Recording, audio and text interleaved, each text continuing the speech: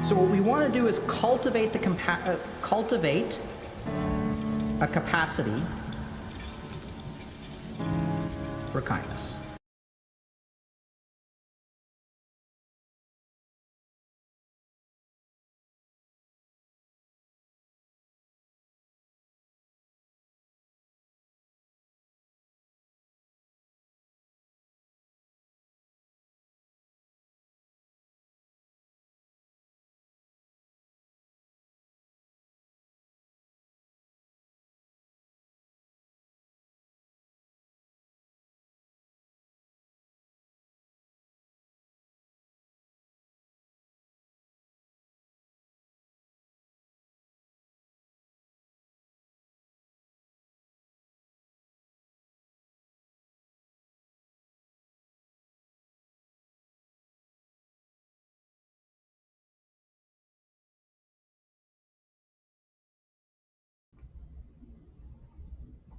Alrighty. Welcome to another Healthy Gamer GG stream. My name is Dr. Alok Kanoja. Just a reminder that although I am a medical doctor, nothing we discuss on stream today is intended to be taken as medical advice. Everything is for educational or entertainment purposes only. If y'all have a medical concern or question, please go see a licensed professional. So today we have a super awesome guest. We have Dr. Vinh-Son, who is also a psychiatrist, who is going to be, and I think we're going to be talking a little bit about challenges amongst Asian Americans. We're going to be talking a little bit potentially about substance use, rave culture, tiger parenting, pressures to succeed, and all of that good stuff. So let's hop into the interview. Hey, what's up, dude? Oh, hey, how's it going? Good. How are you?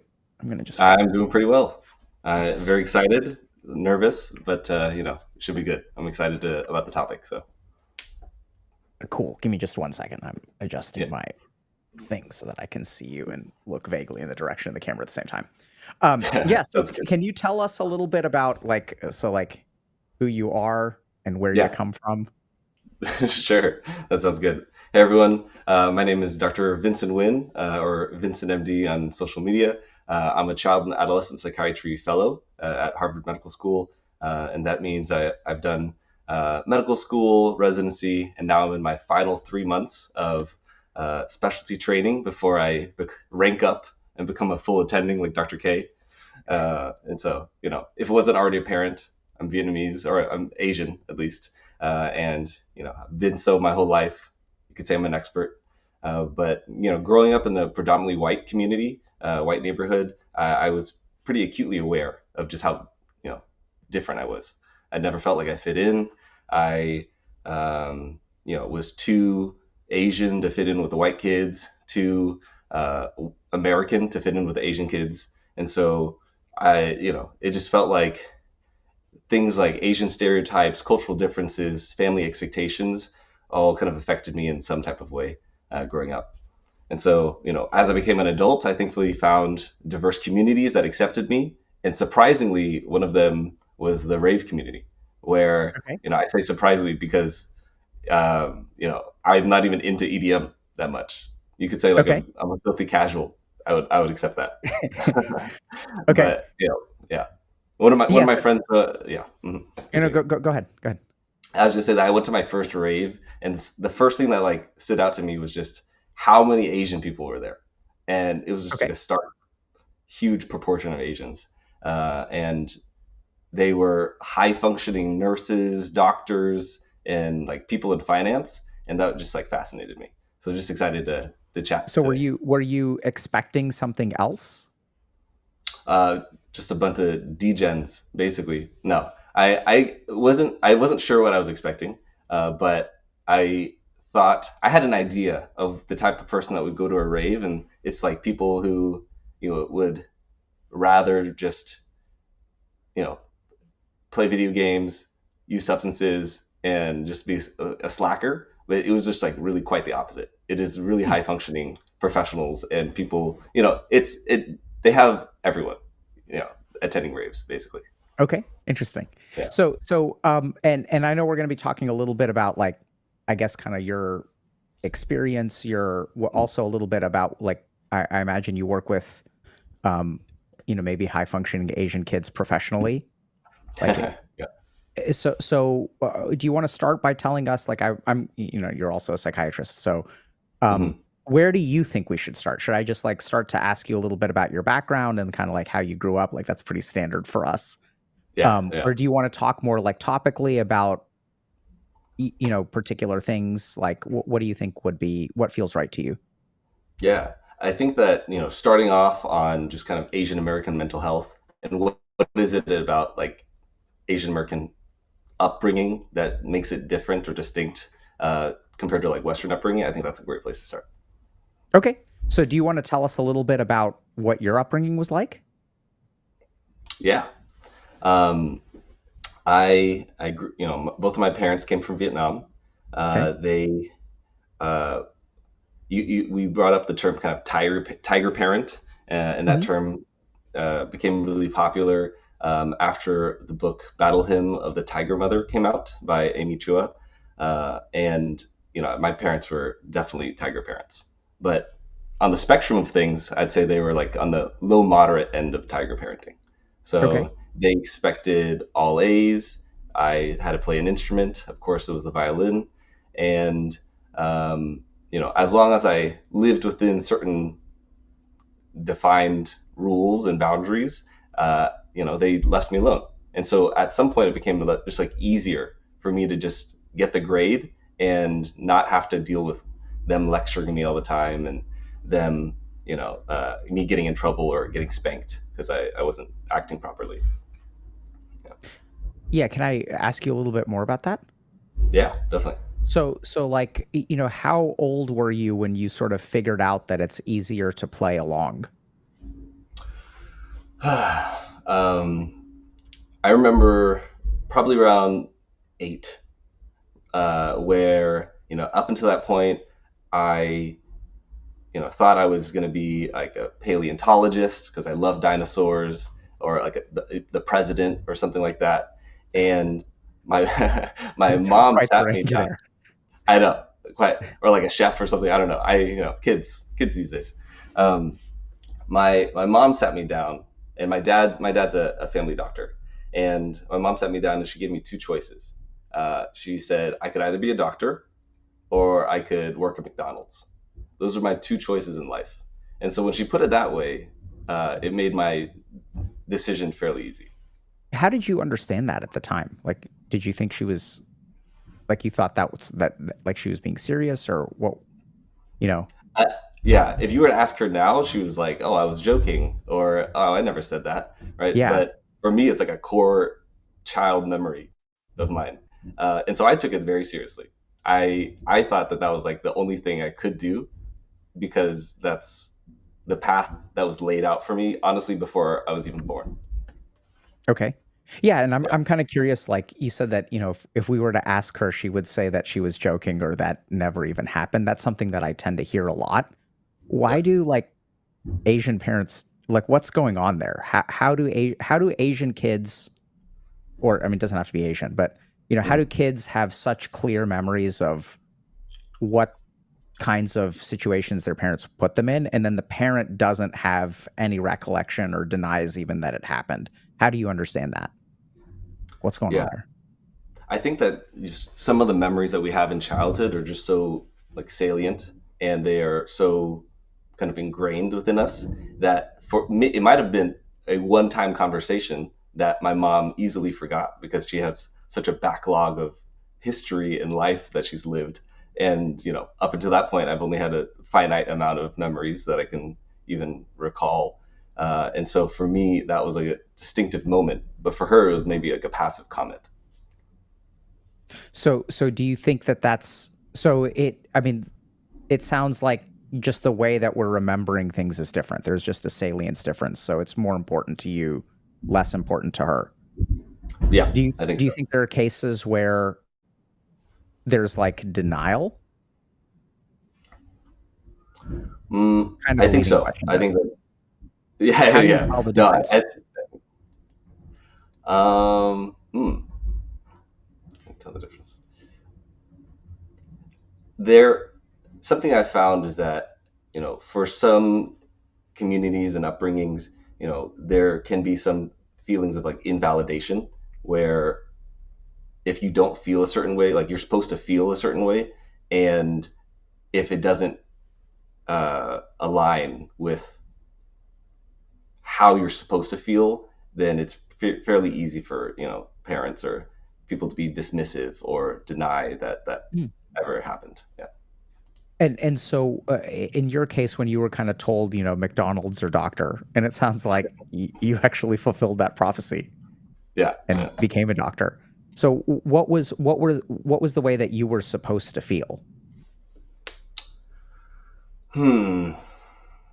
Like, what did your parents want you to do, feel? Like, what were they expecting of you? They were expecting me to be a doctor, like that, whatever even field or specialty in theory. They were just, as long as I had two letters behind my name, they were that's like the Asian parent dream right there. And so for many Asian parents live through their children in the sense of like their sense of validation and their worth as a parent are derived through the accomplishments of their children.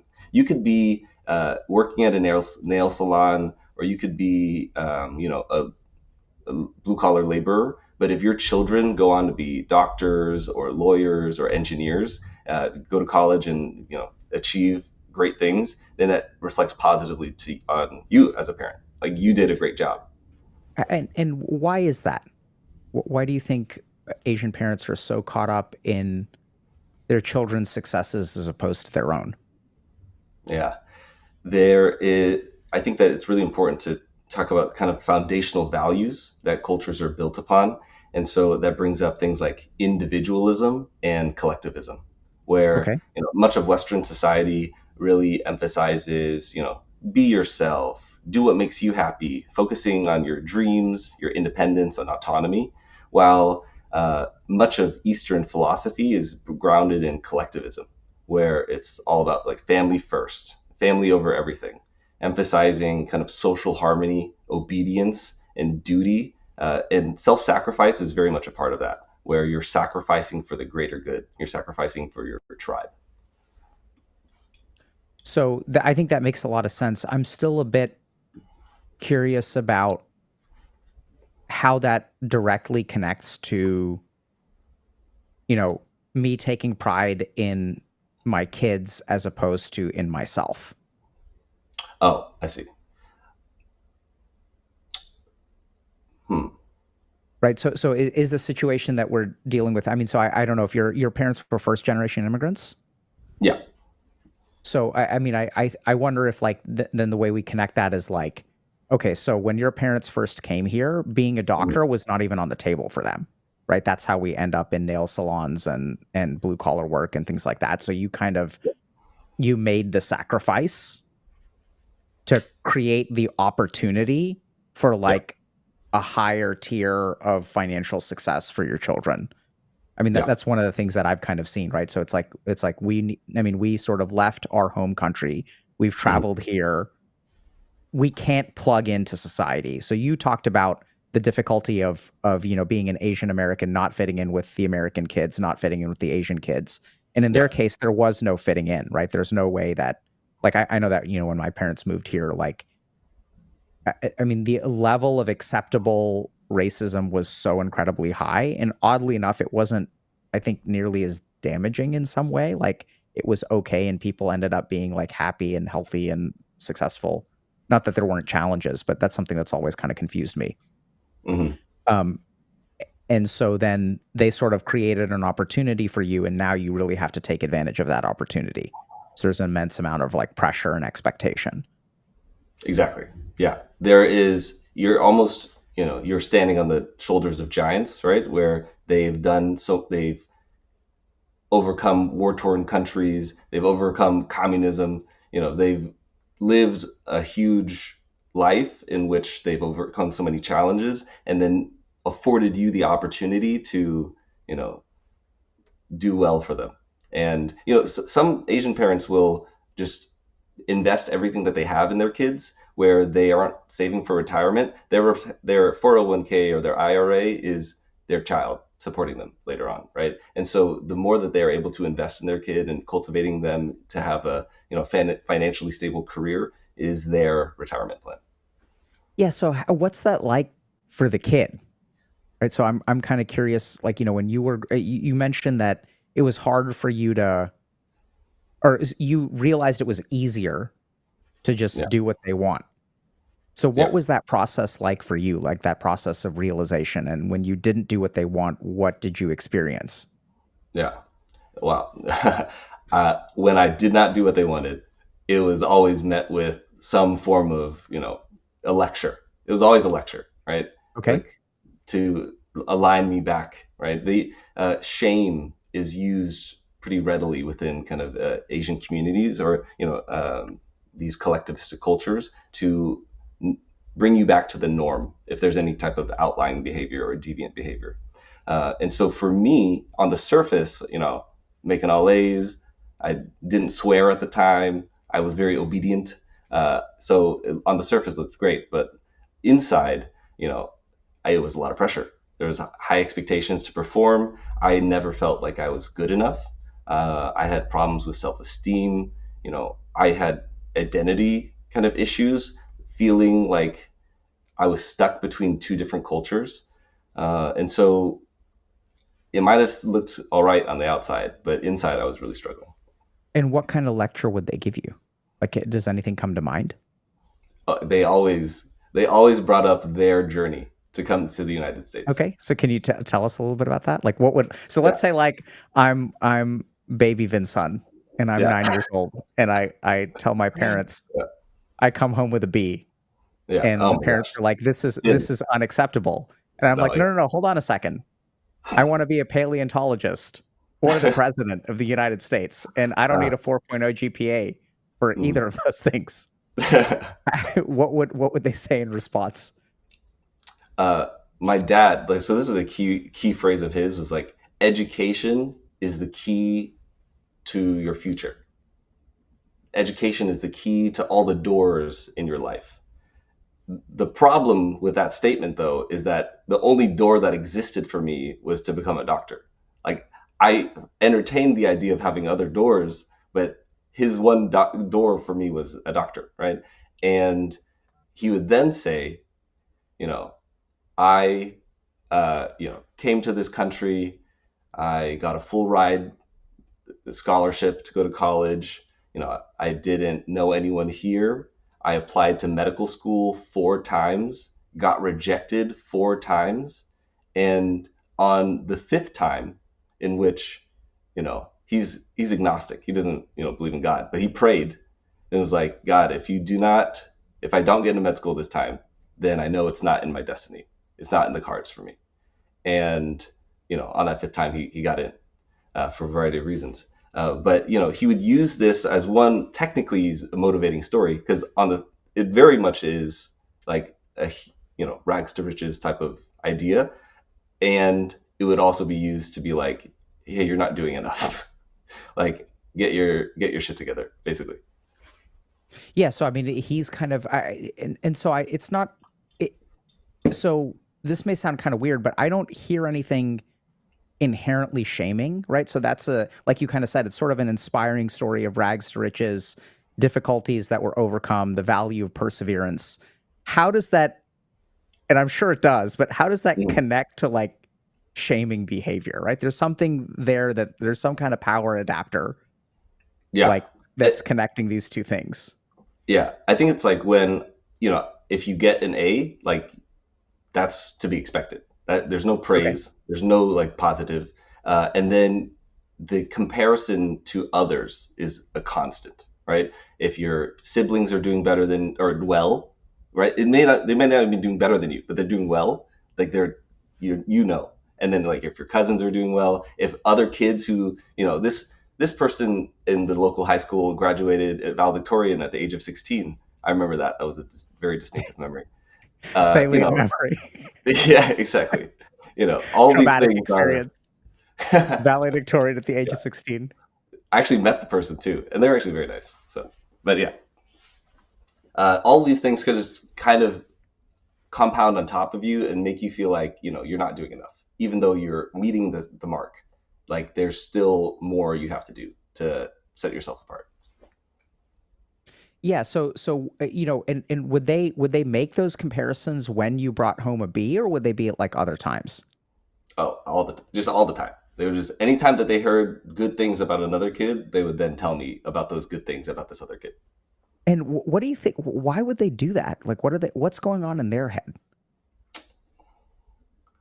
Uh, Like, do you have any sense? I th-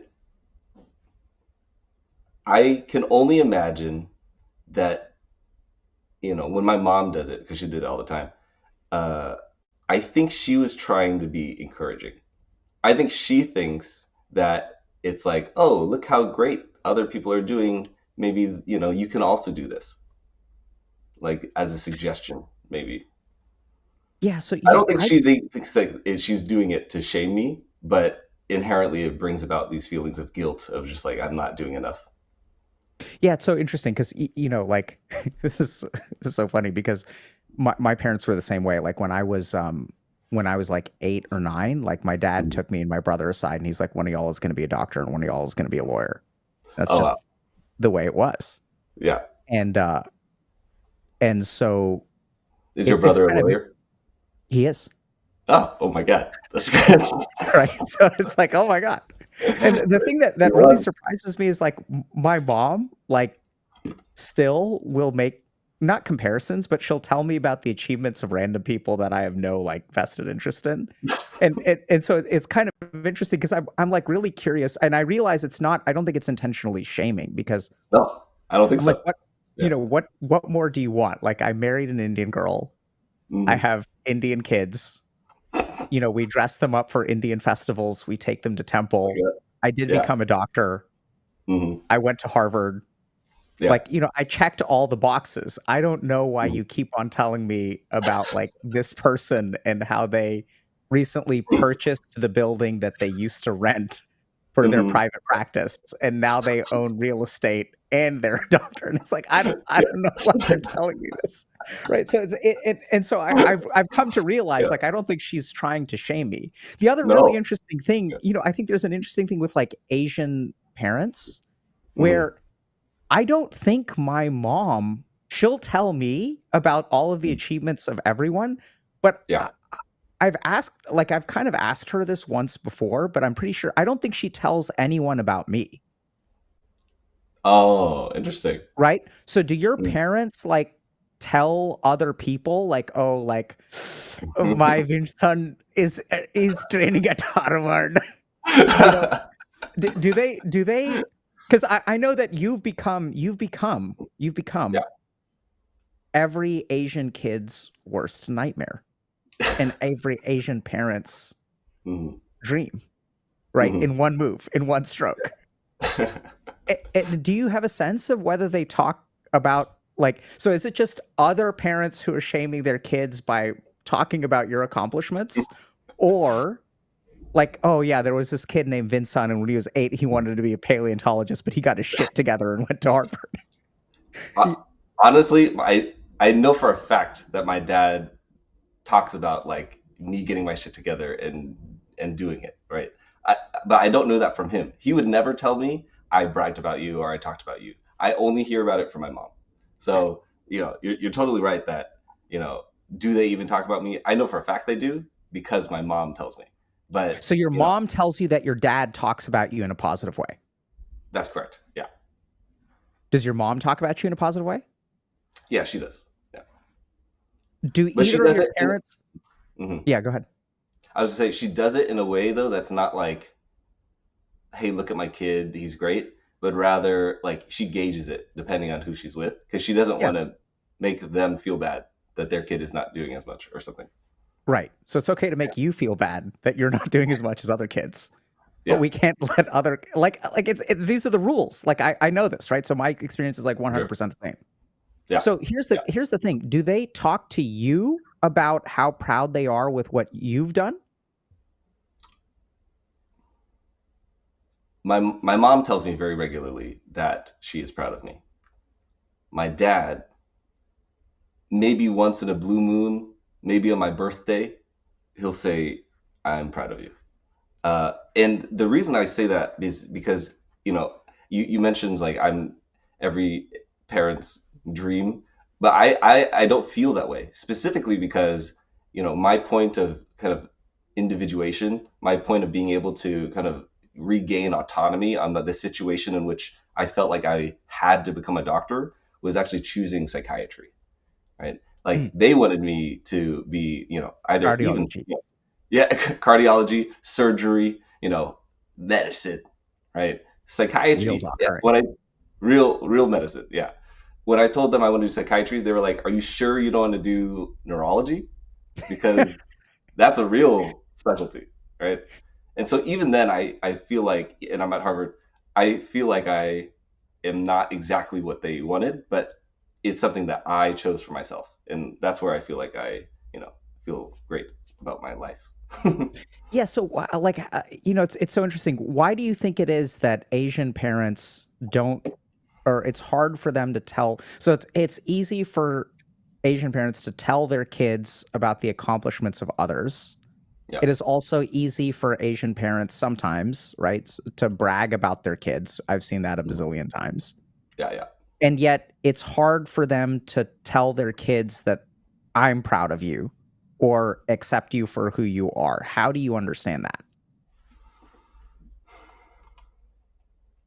And I'm not presuming that you have an answer there. This is like me Yeah. and you trying to figure, like, we're two psychiatrists who are trying to figure out one of the hardest puzzles in the world, which Yeah. is why are Asian parents not supportive of their children in a more emotional way? And there Yeah. could be all Yeah. kinds of answers. Like, I don't know, but I agree. I think that, part of it has to do with, and I'm not going to say it in this way, but like intergenerationally, right? Intergenerational trauma. I would likely think that they did not hear words of affirmation or like positive praise, right? There are things that within kind of modern day parenting that we know is effective on, like, reinforcing behavior with kids, that they did, more punitive punishment based methods as opposed to like positive reinforcement based methods. And so I think that they're more accustomed to using punishment, fear, shame to get what they want out of their kid than using, positive praise. That's so my so it, yeah, so it's just the tools that they internalized for shaping their child's behavior in the right way were like, you're operating between shame and relief. Like if you get an Mhm. A, right? Like there's no celebration, it's relief that you're not getting punished. Yeah. And then if you don't get an A, there's shame. And that's the way that they were raised. Like that's definitely true. I mean, my parents are great. I don't think they're bad or anything. Um, Mhm. but I certainly know that like my grandmother was really harsh with my dad when he was, and he had to be a doctor too, by the way. So she was like, Mm. something you got to do. Um, and so that definitely got passed down.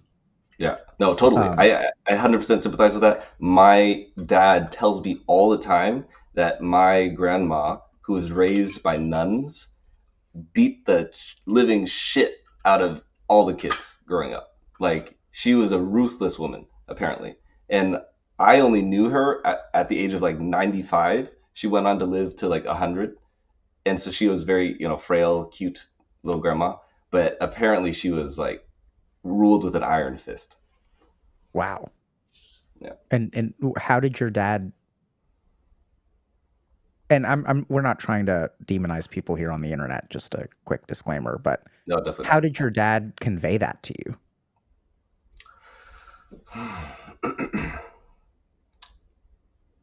Right. So, Hmm. so I guess what I'm wondering is like when he's sharing that with you, what is he trying to convey? Is he conveying like, this is the way that like, what is he trying to Yeah. share? There have been a couple of things. So uh, sometimes it's brought up in comedy. It's brought up as like humorous. It's like levity. Mm. Like they bring it up because they'll joke about how much she beat the shit out of people, which was like, in the context it was funny, but because they can reflect hindsight decades ago. But sometimes it's brought up in the context of like, I am not that way towards you. And my dad's a very stoic man, unshaken.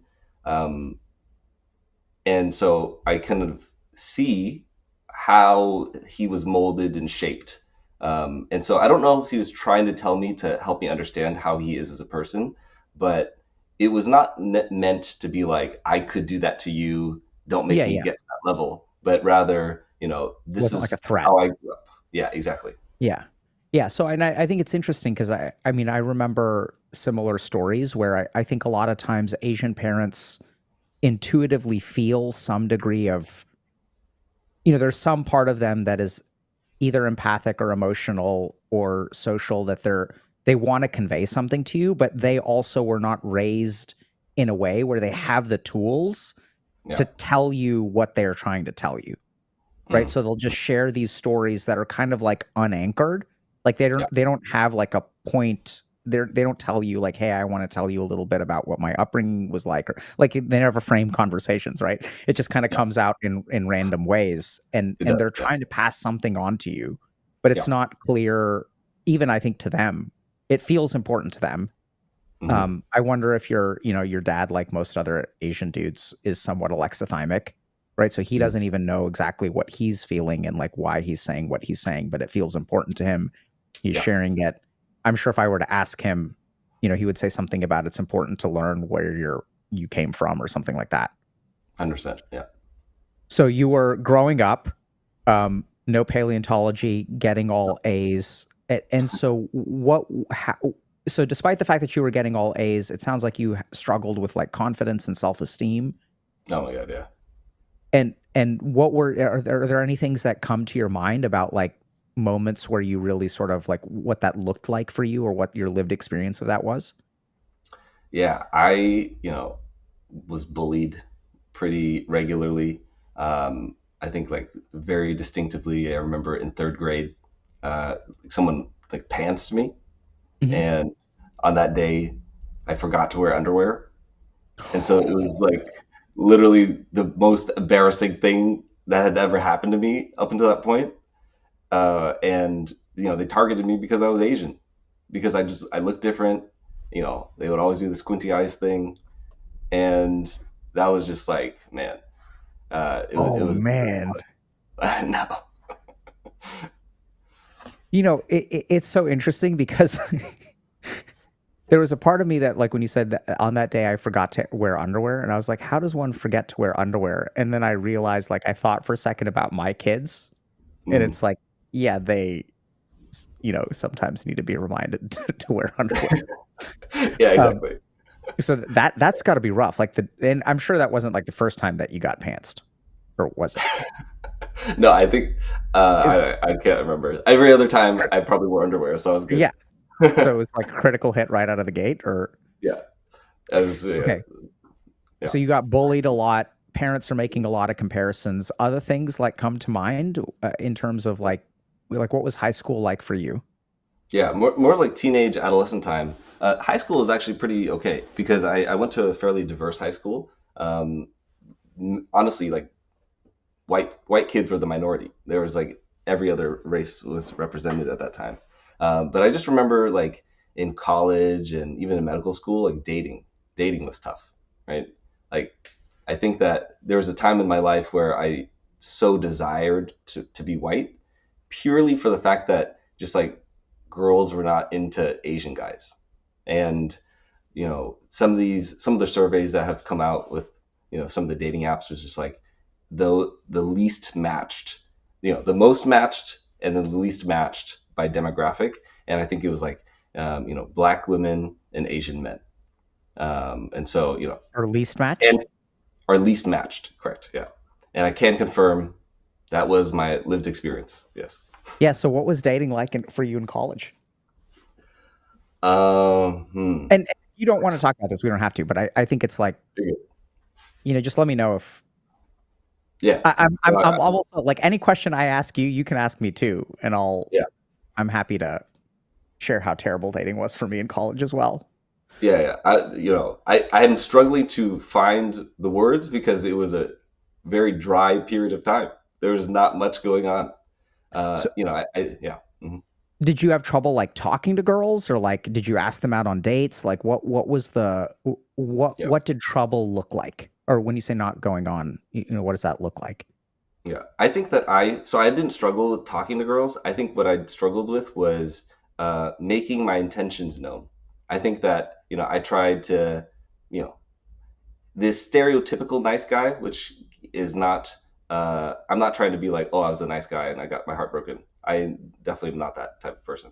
But, I think that that was my approach, and I wasn't more forward with just letting people know, like, hey, I'm interested in you, and doing kind of like, the red pill alpha Chad, just like eye contact and, push pull type of stuff. Like What all does that that I did mean? not even know. Which one specifically? Eye contact. What the Oh, red like pill eye contact thing? I don't know what that means.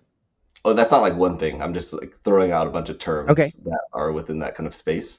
But like for me, like eye contact was something I struggled with because like my parents didn't really look at me in the eyes when they would talk to me, right? Okay. My dad told me once that he grew up in just recently the French left Vietnam, and much of the kind of structure was still in place.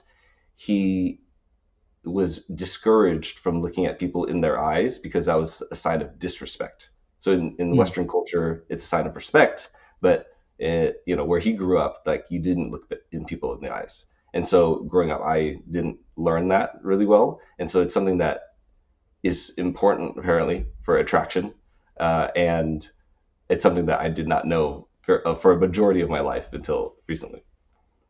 Hmm. Okay. So you had trouble making eye contact, and that's important for dating? I think that it's important to kind of build attraction, right? It's like similar to the idea of like kind of push and pull, like building tension and release. Making eye contact with an individual is part of developing attraction. I'm intrigued to tell me about push and pull and tension and release. That sounds sexy. What's up with that? It's about like things like teasing, and then not because you can be mean just like entirely and just continue to push and just be an asshole, or you can be more playful, flirty, that kind of thing. Okay, so playfulness and flirtiness is some amount of pushing and then pulling. Yeah, yeah, So you didn't know how to do that stuff. not at all. My So if parents definitely didn't talk to me about that, and sure, I don't know how anyone's supposed to learn this stuff. was dating forbidden for you when you were in high school? Oh yeah, for sure. Yeah, like And then did something? Yeah. you don't date until you're a doctor. That was what was told to me. Okay. And I mean, when in college, it sounds like you were making them happy. I That was not my intention. Yeah. I was not good with the ladies at the time. And are you Yeah. good with the ladies now? I am good with one lady, aka I'm in a very happy, loving, committed relationship, and we get along very well. Yeah, I How found did that someone that. happen? Man, would you like just like an insight on our little dating history? Sure. All right, that sounds good. I hope she's okay with me talking about this. I'm okay with talking about this. I think Yeah. it's kind of cute. So I've been on the apps for a number of years up until that point, not succeeding. And right before I moved to Boston for fellowship, I decided like, hey, I maybe let's casually date. And I, happened to match with someone, and they were a medical student at the time, and so they understood kind of like, oh, I'm going to move on to fellowship, and so she was open to like, all right, well, at the very end, but right before you leave, then we'll just break it off, and it's okay, because she was going to match for residency, and she didn't want anyone to like weigh her down, and so we decided on that. And after a few months of dating, lo and behold, I fall in love with her. And, I was like, up until this point, both of us had done long distance with other relationships in the past, Mhm. and none of them have worked out. And, I was very hesitant about long distance, but I was like, I think she's worth it. And, we did it. It's been tough. We've been doing long distance for 2 years now. She's a pediatrics resident, in Houston, and so I come back very regularly because that's where my family is, which is great. But yeah, no, it was definitely a struggle, but it emphasized the importance of communication, prioritizing kind of like what you want in a relationship in life. And she's just opened up my world, and I'm just so blessed to have her Cool, in man. my life. Yeah. So it sounds like you had so some time in college where it was like hard to organically find relationships. Sounds like the odds were against you on the apps because you're an Asian dude. Yeah. And And I will and say that then I think it's changing now, right? And anytime I go to like a new city, I'm like seeing college kids, Mhm. and there's so many interracial couples now. It's like I'm very encouraged. I'm like I applaud anytime I see an interracial couple. Cool. Yeah, maybe things are getting better. Yeah. And okay, so yeah, so when did this whole like rave culture thing? So you don't have great self-esteem. It sounds like you did pretty well in school, went Mhm. off to college, were maybe not like the happiest from a romantic social perspective. But what about stuff like fitting in and finding your tribe and things like that, friendships?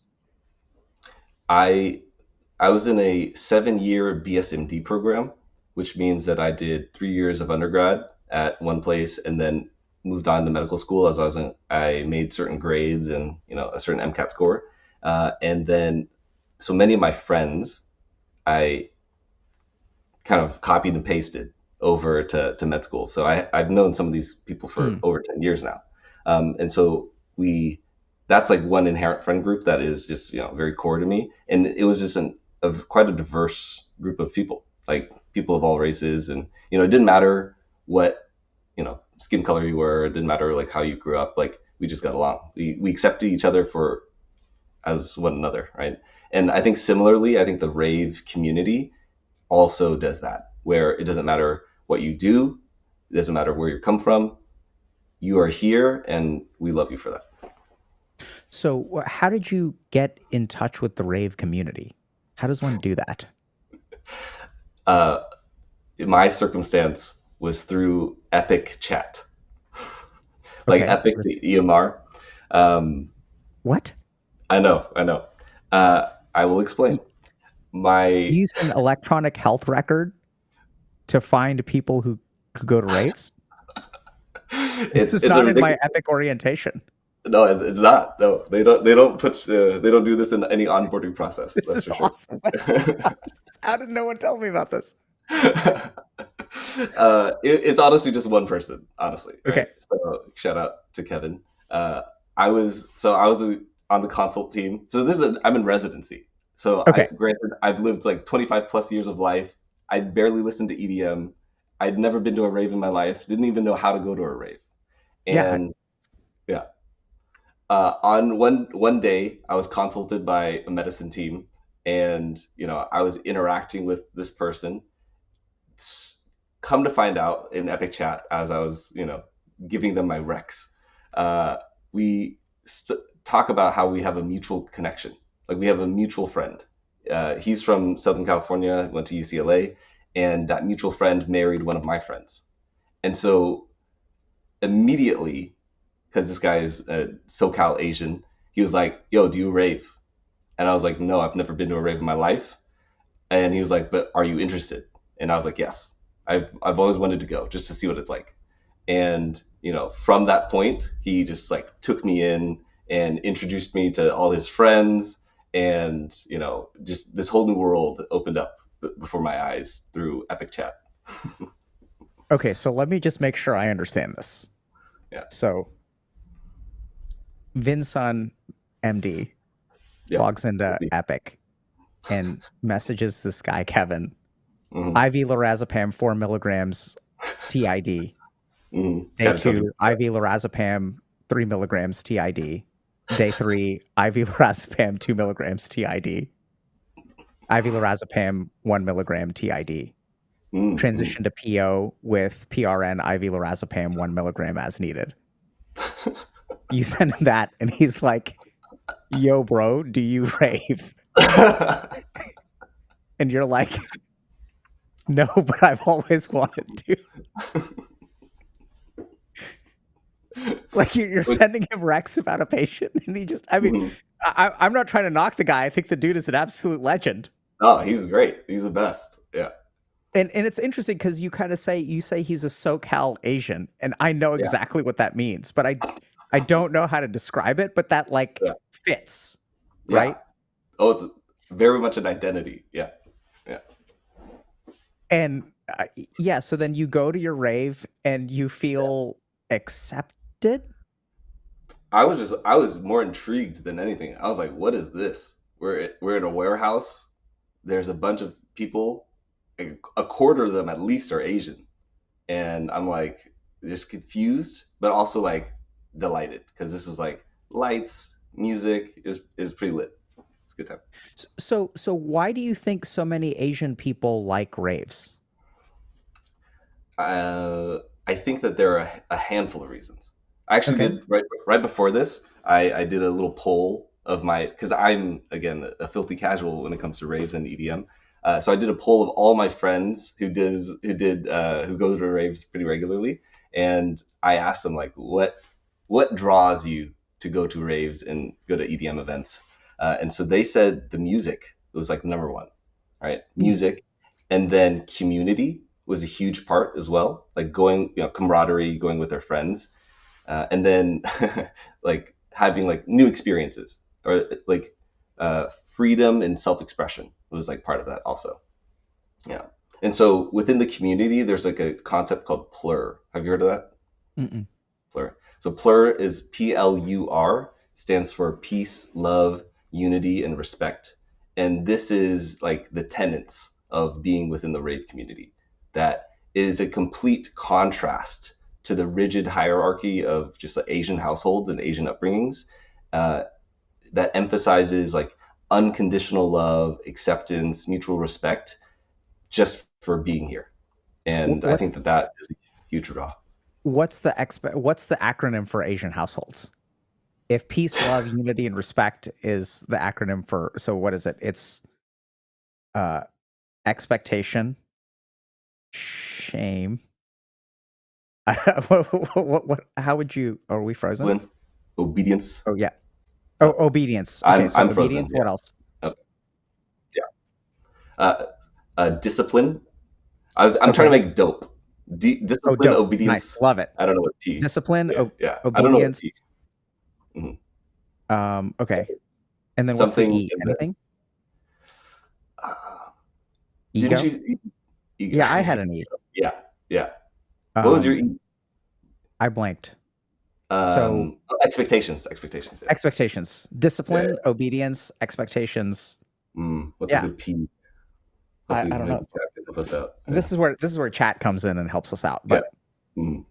so that's so interesting. So I'm almost getting the sense that we're raised in a particular like cultural with a certain cultural emphasis, and then the rave culture is kind of like the yin to the yang of kind of the traditional Asian household, because it does sound like there's a um not that a large percentage of Asians go to raves, but I mean, and I've heard this from my other friends who are Asian and in EDM, cultures, that if you were to um, look at the percentage of people, the demographic breakdown of people at a rave, it is more Mhm. likely to be a greater percentage of Asians compared to like the general population. Yeah, definitely. So there's got to be some kind of systemic cultural influence, and how much of it, like you don't have to.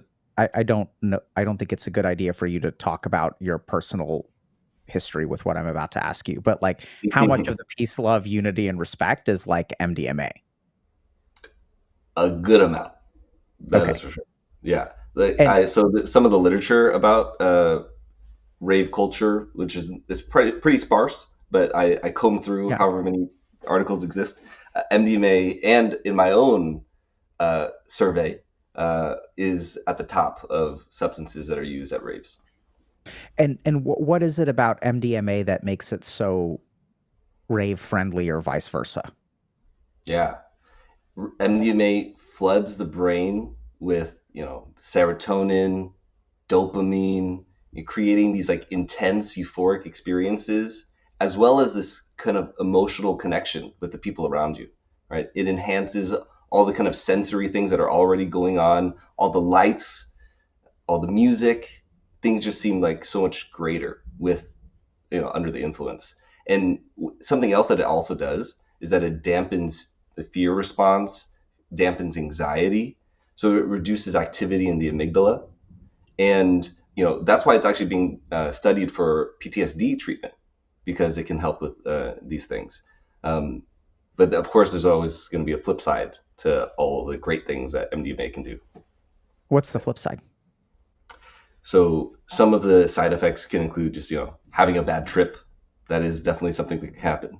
um, there's jaw clenching that happens as well. What's up? Yeah, what does a bad trip on MDMA look like?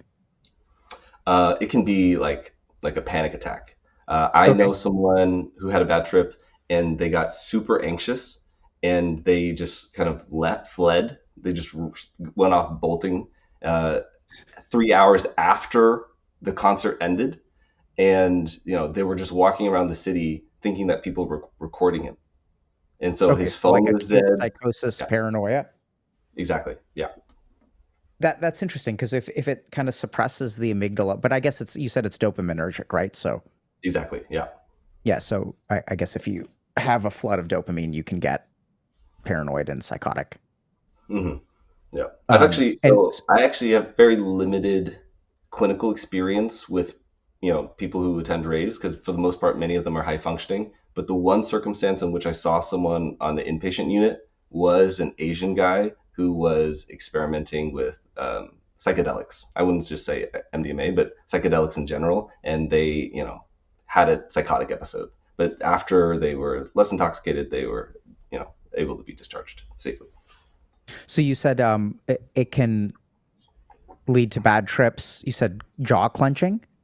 Yeah, yeah, jaw clenching. So like tightening up of your kind of like master muscles, and that's why you all see like people chewing gum, or like stereotypically you'll see people chewing gum or like passing around gum, is because that's a side effect of MDMA. So gum helps dealing with the jaw clenching. Exactly. Yeah, it's like more of a symptomatic relief of something that you at least give your mouth something to do instead of just like grinding your teeth. Clenching. Yeah, Interesting. and What then other side effects? I think the most prominent one is going to be like overheating or dehydration, because it makes you just like flushed, like hot. And when you're also surrounded by all these people, like who are also sweating and hot, then it's easy to become dehydrated. And especially if you're going to like EDC or Ultra, one of these like huge EDM events or like music festivals, you know, going to hydration stations and making sure that you have plenty of water is like crucial. Okay, interesting. So I'm hearing bad trips, jaw clenching, and dehydration are the three things to be concerned about generally. I would say that those are, for the most part, like what people complain about. Yeah. What happens the day after, or when you kind of Oh, come down? yeah, that is the other part of it, which is the come down, of which you've exhausted all your neurotransmitters. They have been depleted. Then you are definitely in a funk.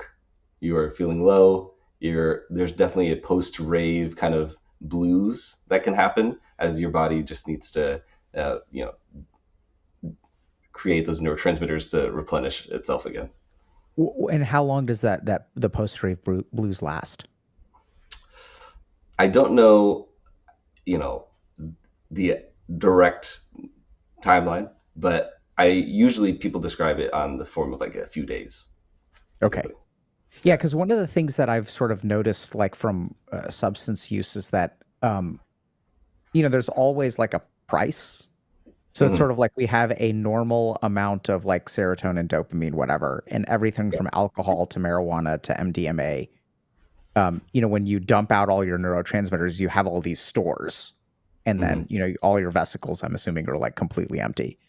Yeah. So once you dump out all your stores, like there's this kind of rebound period where in alcohol, we call it the hangover. In marijuana, I'm not quite sure what it is, but especially for things like stimulants, cocaine, MDMA. Um, I noticed that people are like they kind of crash. Mm. And the degree of the crash, it's almost like this karmic sort of thing where, I mean, I don't mean like karmic is in the spiritual Yeah. sense, but I mean like cause and effect of Yeah. like, okay, if I'm emptying all my dopamine stores, like I'm going to be out of dopamine for a couple of days. Yeah. Why do you think it is that so many, so like substance use and raves, why do those two things go hand in hand?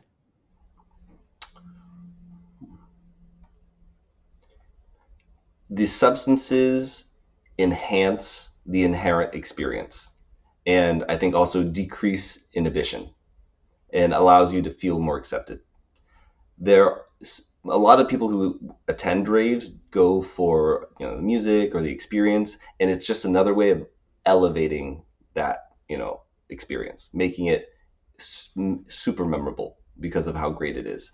Uh, but there are plenty of people that go sober. I've been to raves sober.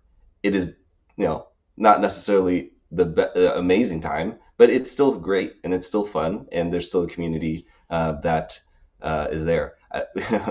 My friend and one of my friends, who's a doctor who attends the raves, he, because he didn't want to do any substances because he was going to be on call the next day, he chose to do pre-workout.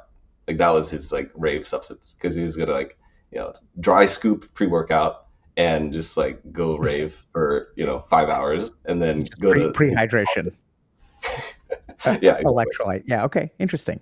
And is there something about like so we talked a little bit about like coping strategies, I think, when we before we kind of got to this. So I know that it seems like you have some thoughts about all these pressures that Asians will kind of experience, and then something about raves, substance use, coping with like you're so straight laced, right? You're so Yeah. we're conditioned to be non-expressive, Mhm. non-accepting, very conditional love, very like, okay, if you get A's and if you become a doctor, like then we will be happy with you. So how does some of that stuff tie together? High expectations leads to potential struggling, not being able to talk about your feelings and emotions to your parents because they may not have the language to do so, like the emotional language, as well as the fact that they might stigmatize mental health concerns as like just being weak, or there's something wrong with you, there's something, a problem there. um, Prevents people from getting the help that they need. And amongst minority groups or groups in general, Asians are utilize mental health care the least. They are the most underutilized community. I trained in Houston, and which is the second largest Vietnamese diaspora in the world, and yet I can probably count on two of my hands how many Vietnamese patients I had, and it just goes to show how um, you know little people within the Asian American community use mental health services. And I think that raving and the EDM events serve as a way of being able to kind of you know cope and relieve stress and find community to be able to endure all of the other kind of pressures that they have in their life. So hearing you kind of talk about it, I mean, like I know this is a challenging question, and I'm not trying to like debate you or anything, but Mhm. I'm like I said, I'm happy to answer these myself. But like, I'm hearing you describe something that, at least in your own life, sounds like it was very helpful, informative, helped you with your mental health struggles. It sounds like it's highly utilized by. So we see an underrepresentation of Asians in psychiatric care, and we also see an overrepresentation of Asians in raves. So, and then there's also like weird things, right? Like there are studies on MDMA being useful to treat PTSD. So I'm kind of curious, like, because this is something that I've been struggling a lot with. Like, do we need more Asians in therapy, or is this really about exploring other options for mental health that are not just straight psychiatric care? Like, what do you think? Like, is this bad that Asians are going to raves instead of therapy? Is it part of the solution? Like, how do you understand that?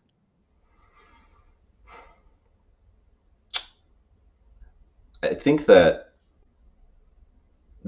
I think that an openness to discussing mental health is necessary, whether it takes the form of going to, a psychiatrist or to a therapist to discuss their mental health issues. I think that there needs to just be decreased barriers to be able to discuss it with each other as well as, our parents and our families. And I think that there are multiple ways of being able to achieve that, whether it be through, education, whether it be through destigmatization. In fact, like one of the people who filled out my survey, I asked, what is a barrier to you being able to get help? Cost was actually the number one prohibitive factor. Was that, the cost of getting care is, hard. And then the other thing about like the barriers to forming to be able to talk to your parents about it was just that they don't know how to talk about it. That maybe Mm. they do want to talk to their parents about it, but the parents may say like, "Oh, just go ahead and pray about it," or that's hard. All right, move on.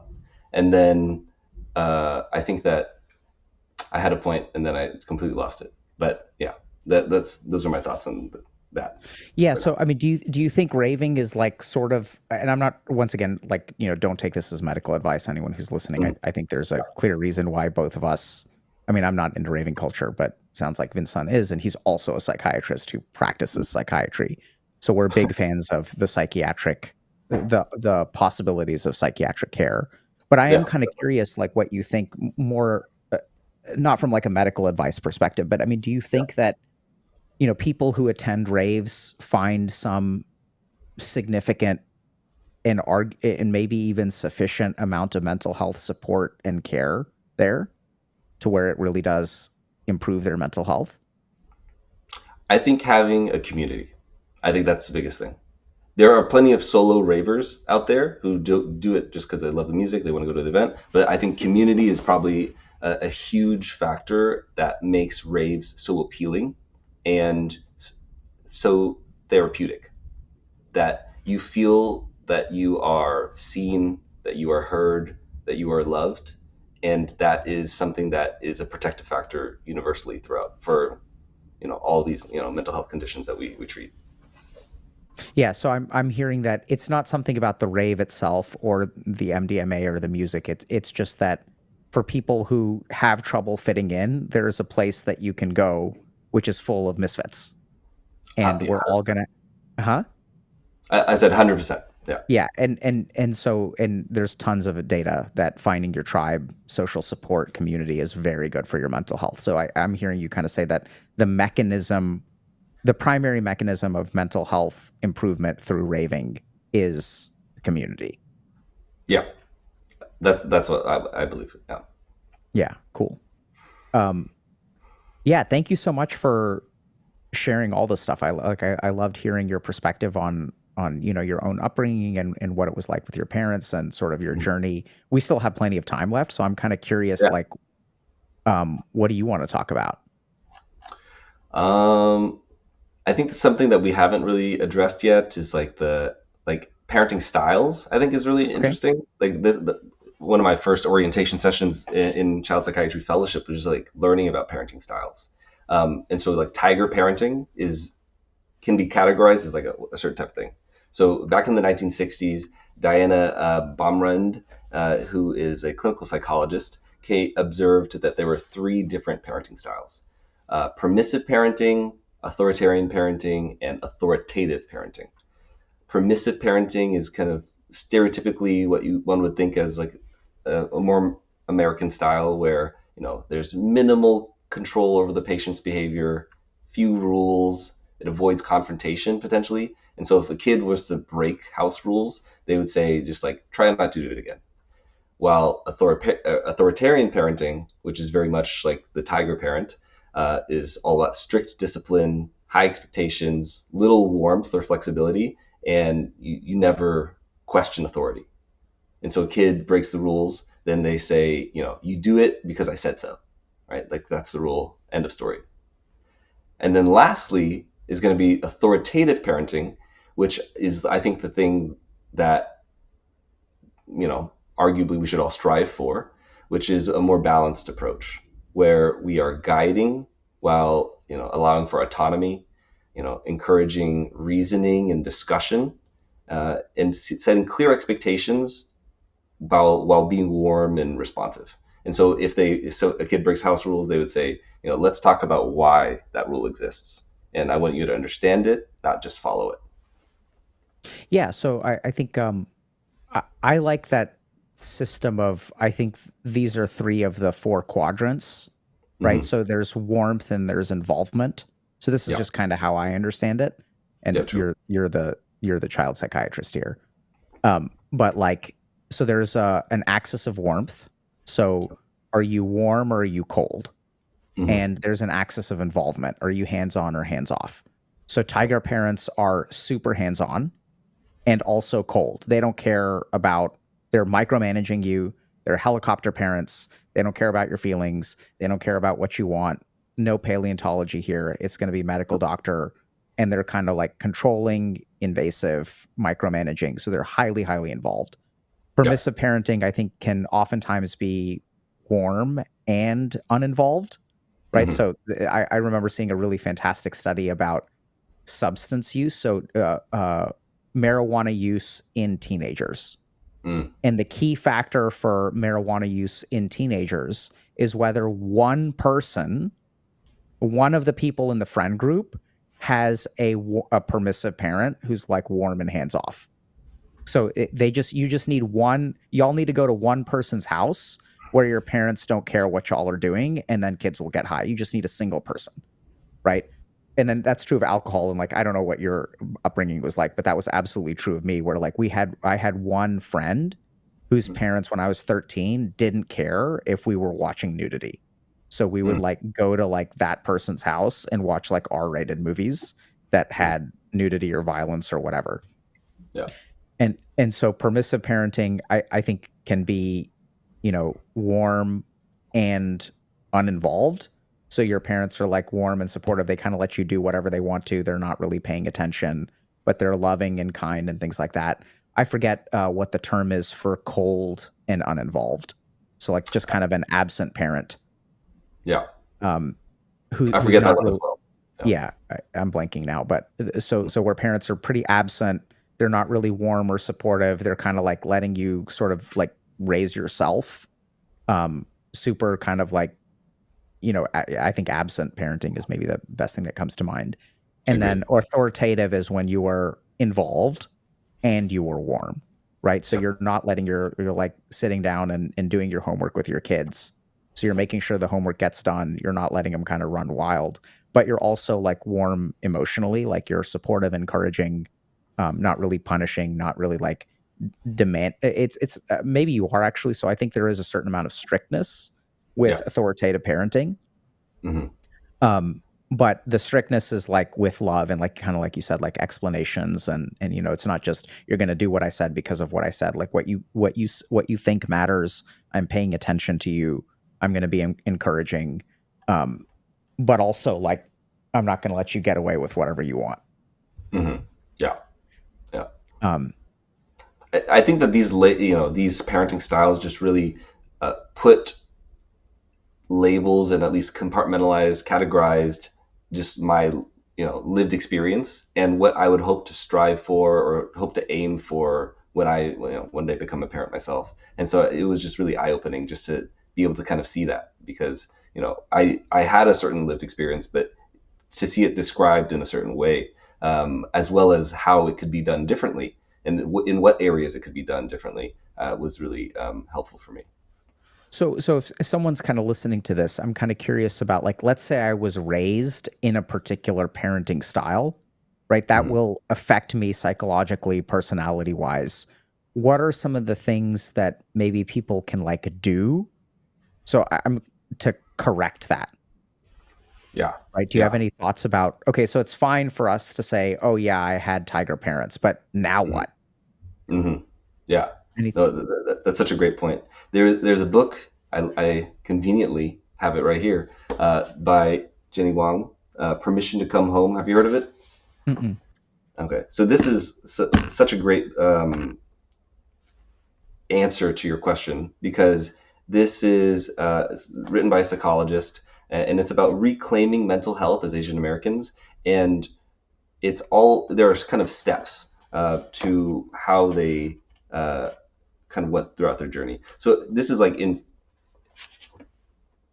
the Tiger Parenting book was one thing as a memoir, and this is also a memoir. So it's not like a self-help thing per se, but this was this psychologist's journey, Taiwanese American psychologist's journey on being able to answer that exact question, right? And so the very first one was permission to question.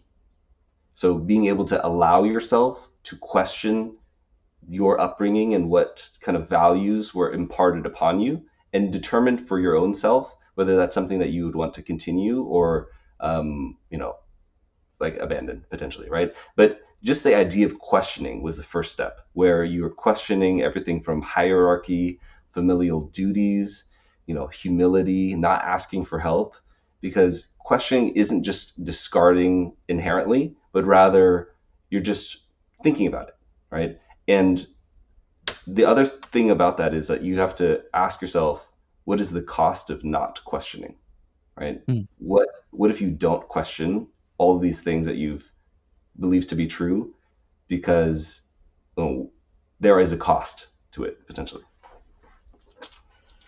Okay. So it starts with sort of when you say question, I'm wondering if I would like change the way that I'm kind of hearing that, which is like critically examine some of the assumptions about how you were raised. Exactly. And I really like this idea of, is this something you want to propagate? Right. I think that adds a certain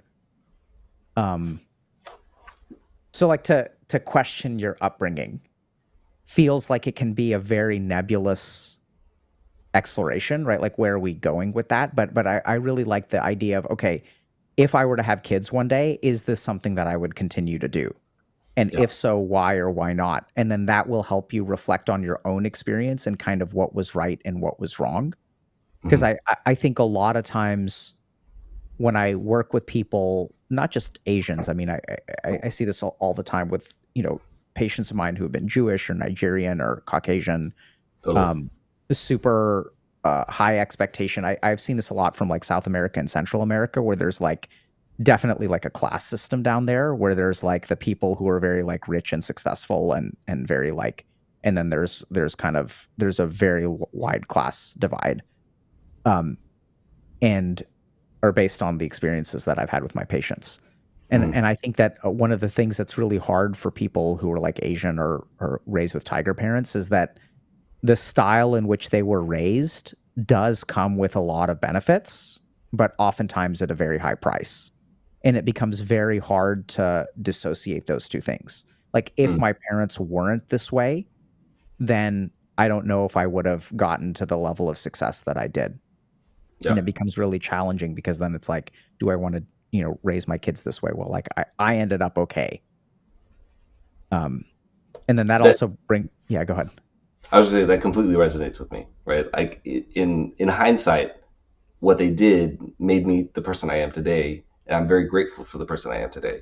And so, is this are these means? Do these means justify the end, or did the end justify the means? Sorry about that. Yeah. Yeah. I think the other thing that I kind of have noticed is that when I work with people who were raised in a particular parenting style, they don't even know how to question things sometimes. Like, they don't even realize what the other options are.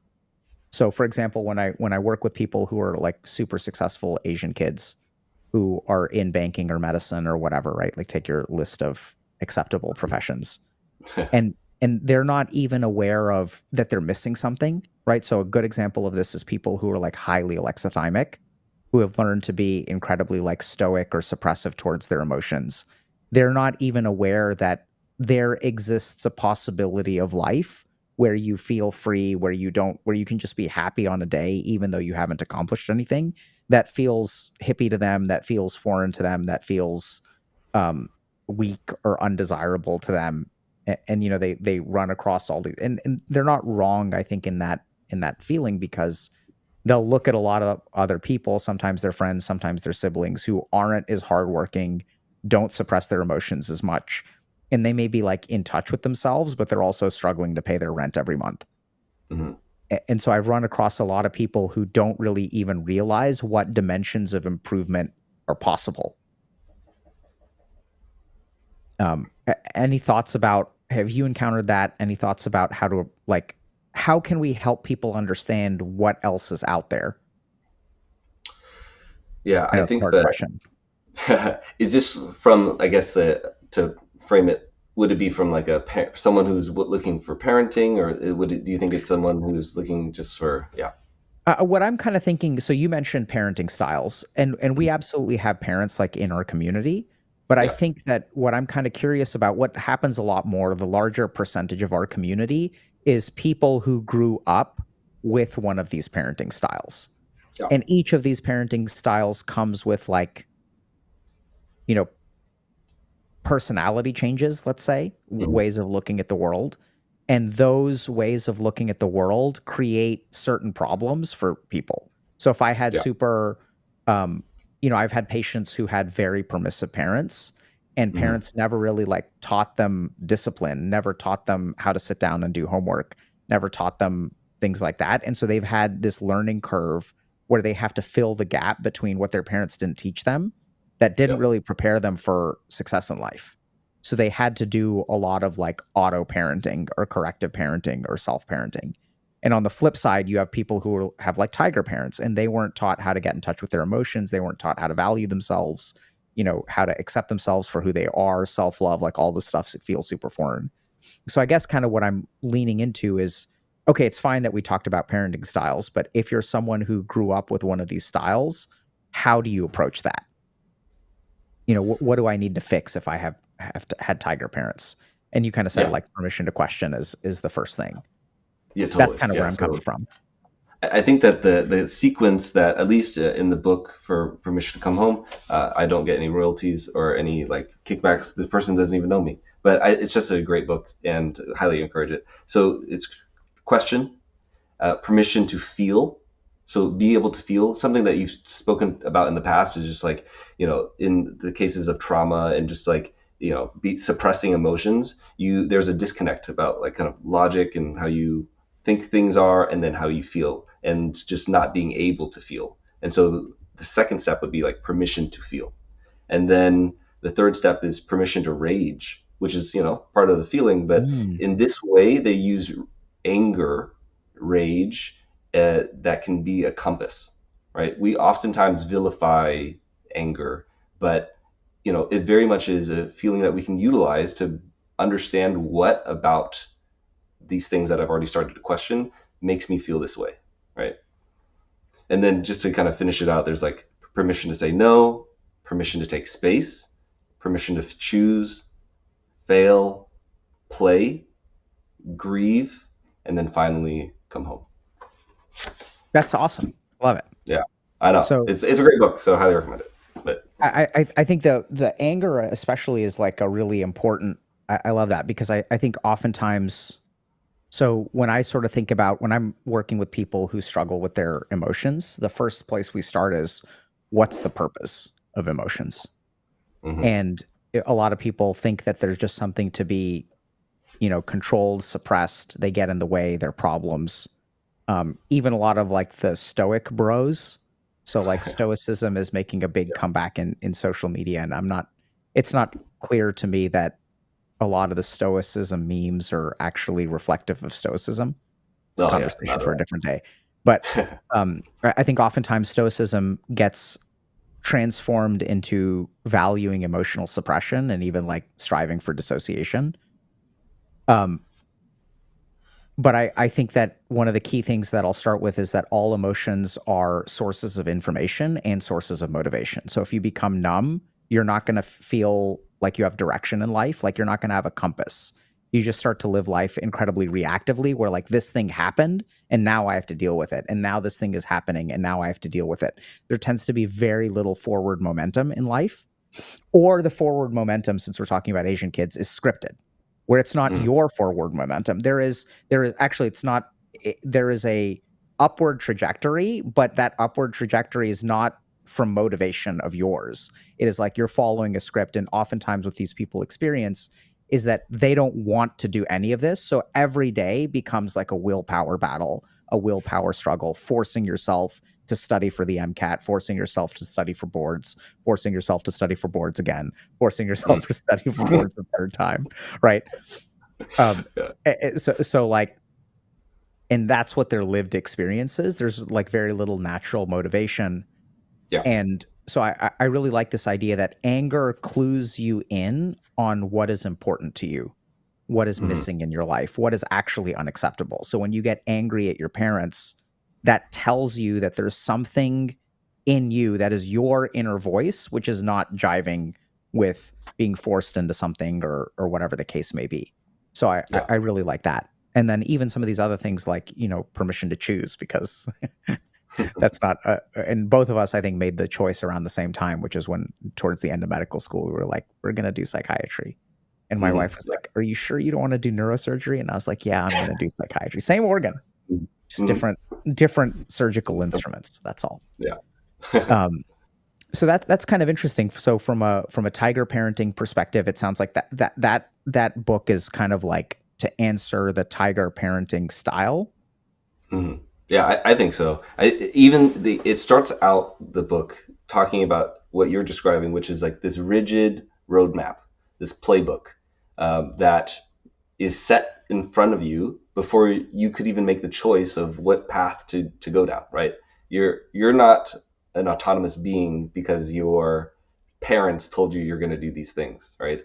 And it is the continued I don't have the word for it, but like infractions upon your own autonomy that will chip away at your sense of self and your ability to, make life what you hope it and want it to be.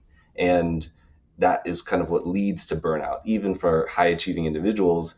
If they feel like it's not their life that they're living, but rather someone else's life, then it has like these long-term ramifications. It leads to resentment ultimately that you have towards your parents.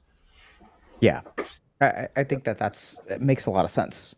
I'm kind of curious, like just kind of switching. Anything else that you want to kind of go down, talk about? Questions for me? Whatever.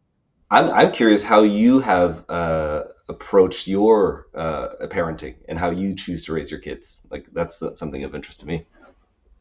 So the first thing that shocked me as a parent is how internalized some of my standards are. So like how unacceptable bees are for my kids. So they were unacceptable for me and they're unacceptable for my kids. My kids get bees and they don't get like harshly punished for it or anything like that. So I think the first thing that surprised me was how intolerant of a lack of academic excellence I have. And as I explored that, like I started to realize, okay, I think the reason that I'm intolerant of it is if they were stupid, I would be okay with it. But they're not stupid. So I know that this is a capability that they have that they're not fulfilling. And the reason that they're not fulfilling it is because of quote unquote laziness. So and then I unpacked that a little bit. So I realized that my kids have certain psychological predispositions. So one of my kids likes to be the best. And so I had this too. So like gifted kids get this a lot, where once we get this idea that like I'm supposed to be smart, if something becomes hard for me, then I don't feel smart. And that means that I'm stupid. And so if I've constructed an identity of being capable and smart, and what does smart mean? Smart means things are easy for me. They're hard for stupid kids and they're easy for me. Therefore, if I value being smart and things are hard for me, that means I'm stupid. That means I'm going to run away from that thing. And over time, my life will like narrow towards just things that I'm naturally good at. And then that becomes harder over time because the more you progress in life, the harder it is to be effortlessly successful at something. So I think it's interesting how the values that my parents had, I still hold on to. But my approach behind it is like completely different. So literally yesterday, like, so my daughter said to me, I have one subject that I'm not good at. and not everyone has everyone is allowed to have things that they're not good at. So my daughter argues with me a fair bit, and it's something that I encourage quite a bit. So if she'll Mm, make like a good point like that, I'll say like, yes, you're correct. Like, mm, you don't have to, all of the subjects don't have to be good. And so she was like, I'm just not good at science. I'm good at everything else. And so she's like, I don't know why like, that's not fair that I'm supposed to be great at everything. I'm like, yes, you're correct. You don't have to be great at everything. And we're going to get you good at science. And then, so I sat down with her and I kind of explained to her, like, the reason you're not good at science, you're not naturally good at, which is totally fine. Like, you're correct there. Um, but what I'm going to do, and I used but, mm. is I'm going to teach you how to be good at science. And I think the reason you're not good at science is because you don't understand, science doesn't come naturally to your brain. So I'm going to teach you how to do this well, which is something that my parents never did. They never like sat, when I was having difficulty with something, they never sat down, tried to diagnose the problem. So Mm, I realized like literally the way that her brain works is like different from, so she has a brain more like her mom's. mm. So she has difficulty, like, or not difficulty, she does fine. She got a 92 on her science homework. And I Pretty said, good. typical Asian parent, I said, we're going to pull up the homework and go through it.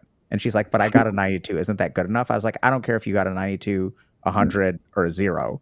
We're going to Mm, teach you. I don't care about your grades. I mean, I do on mm, some level, but I want to teach you science. I want you to learn these things. And then she was kind of confused by that. And I was like, here's why I want to teach you science.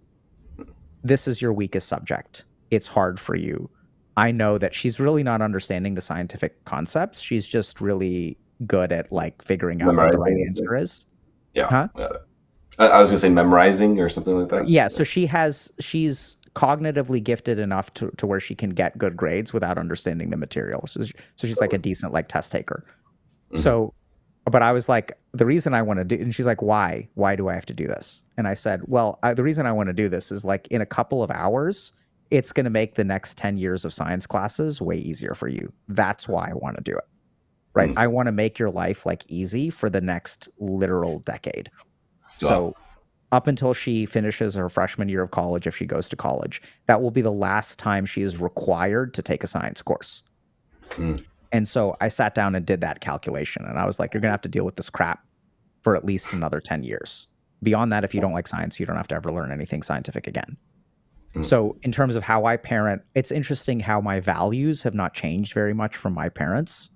Yep. I am also like far more collectivist than autonomous. Mm. So, I tend to lean into that. And I think that a lot of the problems that we see in the world today, including in the world of dating and things like that, are because we've become a hyper autonomous culture. I am Mm. not saying that that is on balance worse than being a Yeah. collectivist culture, but I do think that when we become hyper autonomous and everyone in the dating world is, what can you do for me? How can you Mm. slot into the life that I have envisioned for myself? I'm entitled to happiness. I'm entitled to this. I'm entitled to this. I think that's a big problem that we're seeing a lot. Um, so I share a lot of the values, but the implementation I think is quite different. And Yeah. then I also tend to be like more flexible with my kids than my parents were, and also more involved.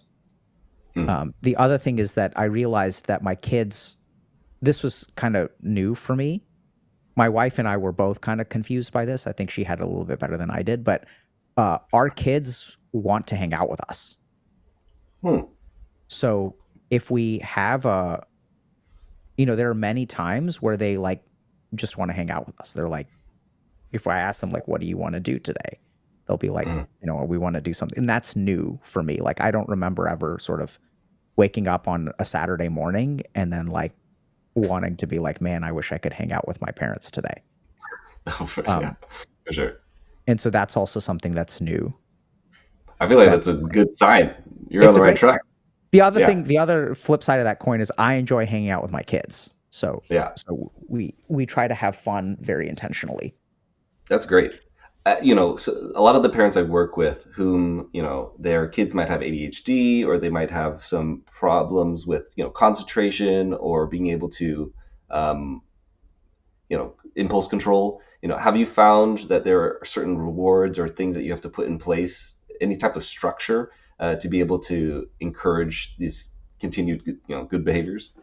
So, it's interesting.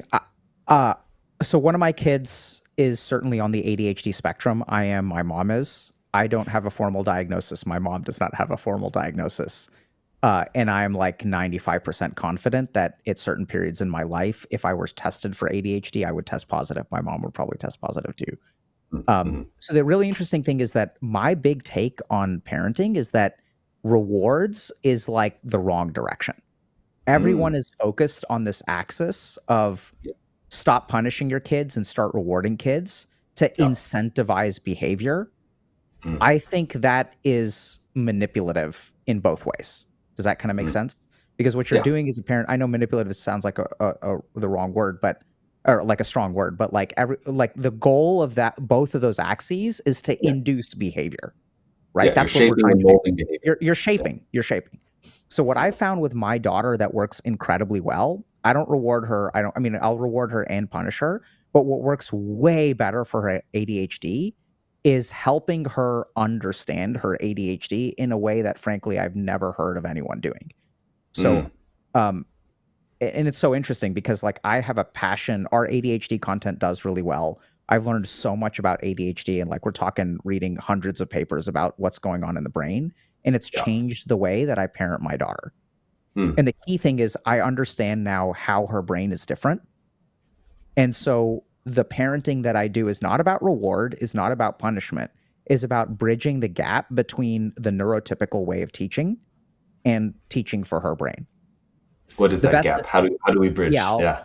so here's how I first of all conceptualize it. So everyone has, like, if you're in the United States, you have a US power cord, right? Hmm. But when I go to Europe, my power cord doesn't plug into their outlet. So what I need to do is I need to find an adapter that takes what I have already and allows me to plug into the rest of the world.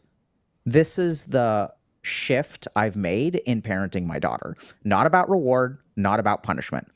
How do I need to help her interface with the world so that her brain can connect with the rest of the world? So I'll give you I can give you a ton of examples. Yeah. So one is I realized, I don't know if you're familiar with like ARFID. Yeah. Definitely. So can you Hmm. tell us a little bit about what ARFID is? Yeah. ARFID is an eating disorder, quite commonly in kids. It stands for avoidant restrictive feeding intake disorder, and so it can take the form of multiple ways. Where maybe they had a bad experience with a food and it caused them to choke or vomit, and so then they start avoiding foods and then losing weight as a result of that. So ARFID shares a neuroscientific overlap with ADHD and autism. Okay, so if we're looking at, and this is the way that I describe ARFID to people. So imagine you're eating an omelet and you get a piece of an eggshell. What does that do to your experience of eating the omelet? Like, it's just a tiny piece of eggshell. It's not going to hurt you. It's not going to cause it. Like, it's just a little bit of crunch. We add crunch Mm. to salads all the time. We add crunch to, we have like nachos that are crunchy and soft. Like, what's the big deal? It's not a big deal. It's just a little bit of Yeah. eggshell, right? You can Yeah. give an animal an eggshell. I mean, snakes just eat eggshells with the eggs and they're fine with it. Hmm. So the subjective experience of getting an eggshell in your omelet is what, if you have an ARFID-like brain where your brain processes sensory information differently. This is what a lot of parents don't understand. They get so frustrated with their kids with ADHD or autism who are picky eaters. And they get frustrated because I'm going to make a dish and I want you to eat the dish. And the kid is the picky eater. And then what Mm. parents do, so I'll give you a simple example, mac and cheese. One of my Yeah. daughters loves mac and cheese. The other daughter does not like mac and cheese. She likes the macaroni. She likes the cheese. She puts them on separate parts of her plate and will eat them individually. So what I realized, and in Indian culture, we have a food called dal, which is like a lentil soup. And what we do is something called vaghar. So we put a bunch of like seeds and spices and leaves and things like that. We stir fry them first. We kind of saute them, and then we add the soup on top. So the soup is very multi-textural, and some people really like that.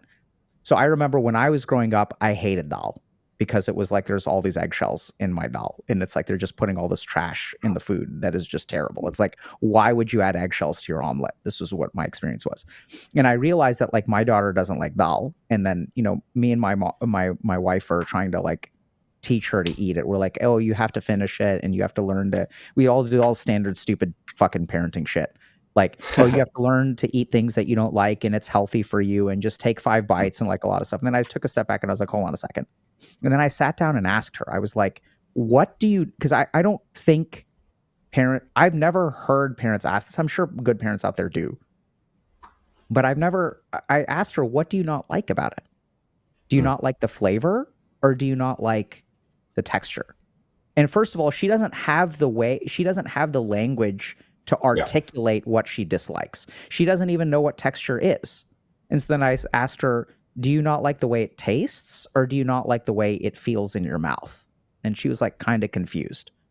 And then she was like, I think it tastes okay. So I was like, if I take a spoon, I dip it in, and you just jot it with the tip of your tongue, is that okay?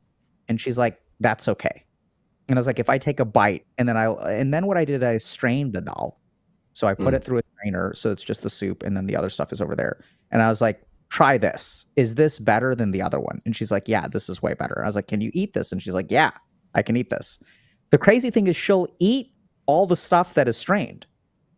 And then I was like, what out of this pile of junk that I've removed, what can you eat out of this? And she's like, I can eat this, and I can eat this. She just has to do it separately. So I think the big thing that I learned from that is that there are all kinds of things with neurodiverse kids that if you understand how the brain works, you don't have to punish them. You don't have to reward them. You're not addressing I think rewarding is even the wrong thing to do, because you're not like, you're just forcing a certain behavior in a different way. You're not actually like understanding what this child's experience of things is like and supporting that. And then it's really easy. So our relationship has become a lot more frictionless. Wow. I've also helped her a lot with social situations, because we see this a lot where people like, even in our community will like offer dating advice or whatever. And they're like, I tried this and it doesn't work. And it's because of the way that their brain is processing social information. So what I've learned with my daughter is that when she has social difficulties, the default state is we'll say like, oh, like you should think about someone's feelings. You should like think about their perspective. Like, we'll do this general teaching, but that assumes a neurotypical empathic circuitry. She doesn't have that. So if I tell her to think about someone's feelings, she literally does not, her brain cannot, it's like I'm just taking someone who's colorblind and asking them like, pick the red one. And they're like, I don't know how to do that. And then we can try to reward them, and kids find some weird adaptation, which can kind of work. So they can understand that red is a certain shade of gray, but they never see red. Yeah. So even with social situations, there are all kinds of like little power adapters that I've made, which I can get into more detail, which I think has helped her. Can you share some gems of like certain like behaviors in public? Yeah. 2 of my daughters got into an argument. And I was like, you guys need to understand each other's perspective. One of my daughters has super high EQ. She understands what that means. Her theory of mind is excellent. So she knows how to empathize with someone else. So, and then I was trying to explain to the second daughter, like, why does, your older sister believe what she believes? She's like, I don't know what that means. She can't compute. So then I did something really simple. I took her favorite stuffed animal, which is a bunny, and I put it between them. And so one of them sees one side of the bunny and the other one sees the other side of the bunny. And then I asked my younger daughter, does the bunny have eyes? And she's seeing the back of the bunny. And she says, I said, pretend that you can only see this. This is all the information. Does the bunny have eyes? And she says, no. And then I asked my older daughter, does the bunny have eyes? And she says, yes. And then I told both of them, convince the other person that you are right. And it clicked like this. Immediately, my neurodiverse daughter understands that there is no way that I will ever convince my sister that it does not have eyes. It just clicks. Now she understands, holy shit. Theory of mind means that someone else sees something that is impossible for me to see. Now I ask her, I say, how do you convince your sister that it doesn't have eyes? and it's not, she doesn't know how to do that yet, but I could see it like something clicked in her head where she Yeah, the started gears are laughing. turning. Yeah, like Yeah. it clicked for her. Like, oh, she perceives the world in a way that I don't perceive it. And the biggest thing that I think she gained there is the way that I perceive the world is not objectively correct. Mm. So now their fighting has gotten that day it improved. We'll see how many other like lessons they have to learn. But like this is where I started to understand, okay, so I can't use words with one of my daughters. I need to teach them these lessons like visually, proprioceptively. That works incredibly well for her. And like things like that. So I think it's like Yeah. understanding how her brain works, that she doesn't have empathic capability in the same way, but she does have cognitive empathy. So if I can help her understand things in an intellectual way, in a way that she can receive it, like her behavior improves drastically. And once again, that has nothing to do with reward and punishment. I think we've gotten way too, like, we're not teaching, we're just inducing behavior without teaching kids what is really Like why? going on. Yeah. And Having an once understanding of it. exactly. And the cool thing is once they understand, like they do the right behaviors anyway. But they're not, Yeah. they don't become addicted to bribery to induce the right behavior. The behavior flows naturally, and like there's no, and then it's not even reward. It's like now that there's no more fighting, we can spend an hour having fun, which was not labeled as a reward, but practically the quality of their life drastically improves. Yeah, it's an implicit reward that happens when you guys are getting along and meshing, understanding one another.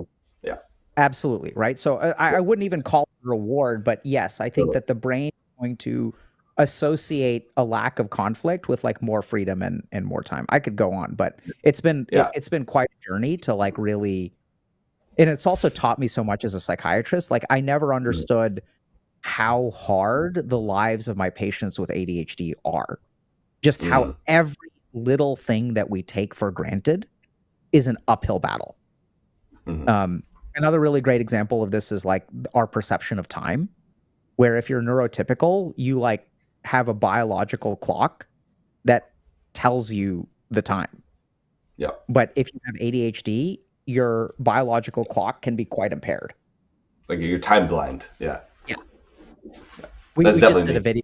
We just did a Totally video agree. about that. That was really hopefully helpful to people. I enjoyed making it and it was fascinating. But how so many problems with ADHD, like so many of the functional problems that we'll try to Adderall away, actually go back to a deficit of time blindness. And if you can fix the time blindness, things like procrastination get better. And this is kind of fascinating. I'm going to just talk about this for a second because I think it's just super cool. No, this is great. So this is awesome.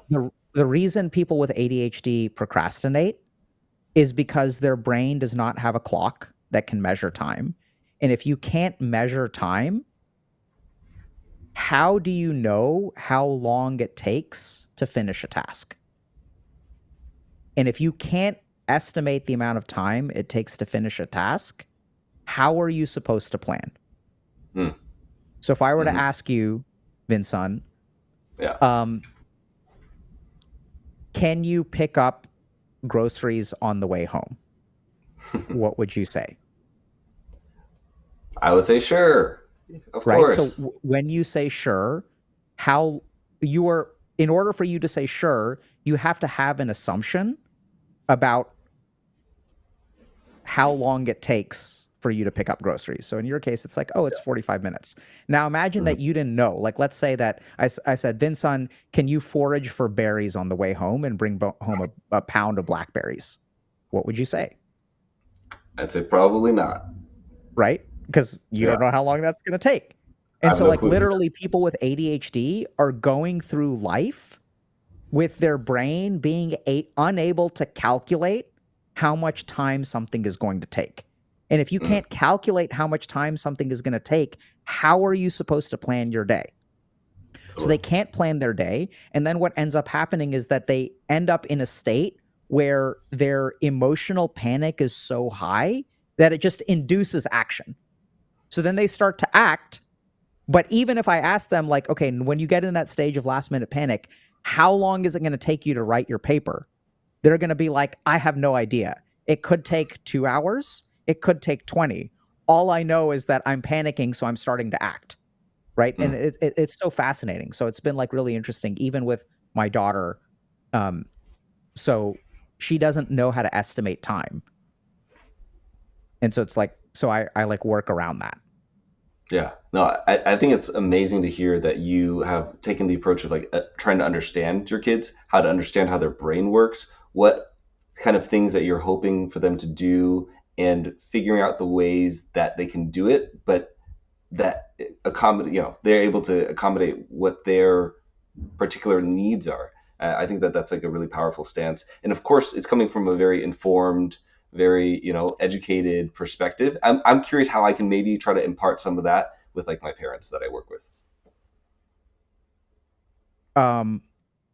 So parents of neurodiverse kids.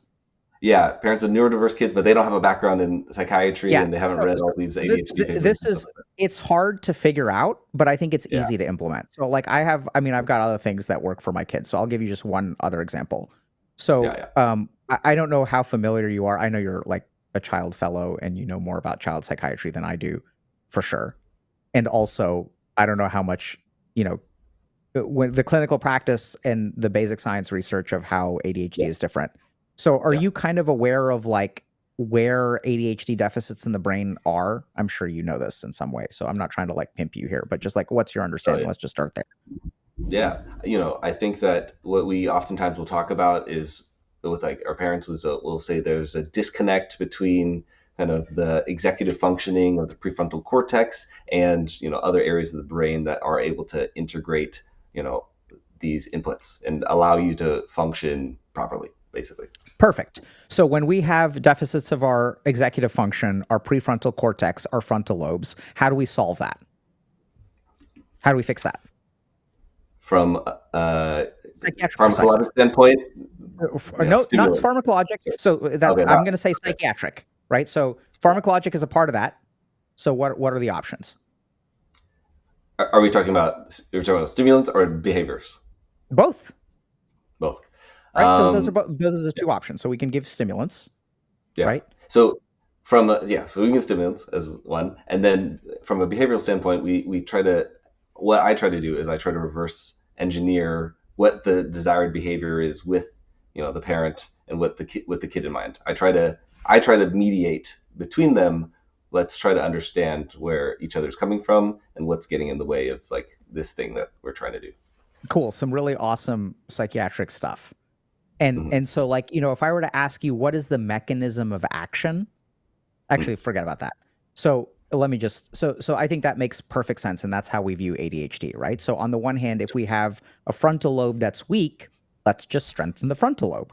Let's give someone a stimulant medication, which essentially stimulates the restrictive powers of the frontal lobe. So the frontal lobe puts the brakes on other parts of our brain, right? So we're strengthening the brake, which is what the frontal lobe provides. That's what's weak. So whatever's weak, let's use that.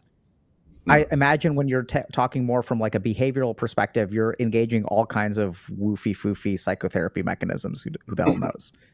But this is where I'm kind of thinking that, like, so what I do with my daughter, I strengthen her frontal lobes through things like meditation, for sure. But then the other thing that I do is this is what's so tricky, is that we, in a neurotypical brain, we default to relying on one part of the brain to be responsible for a certain outcome, right? So we rely on the frontal lobe. Oh, if you're having trouble studying, learn to focus better, and then you will be able to study. So we presume that the only way to achieve focus is by strengthening the frontal lobe. You with me? Yeah. So instead, what I do with my daughter is I lean into all of I reshape her day to lean into the problems of her, the problems that she has. I lean into the parts of her brain that are not impaired by ADHD.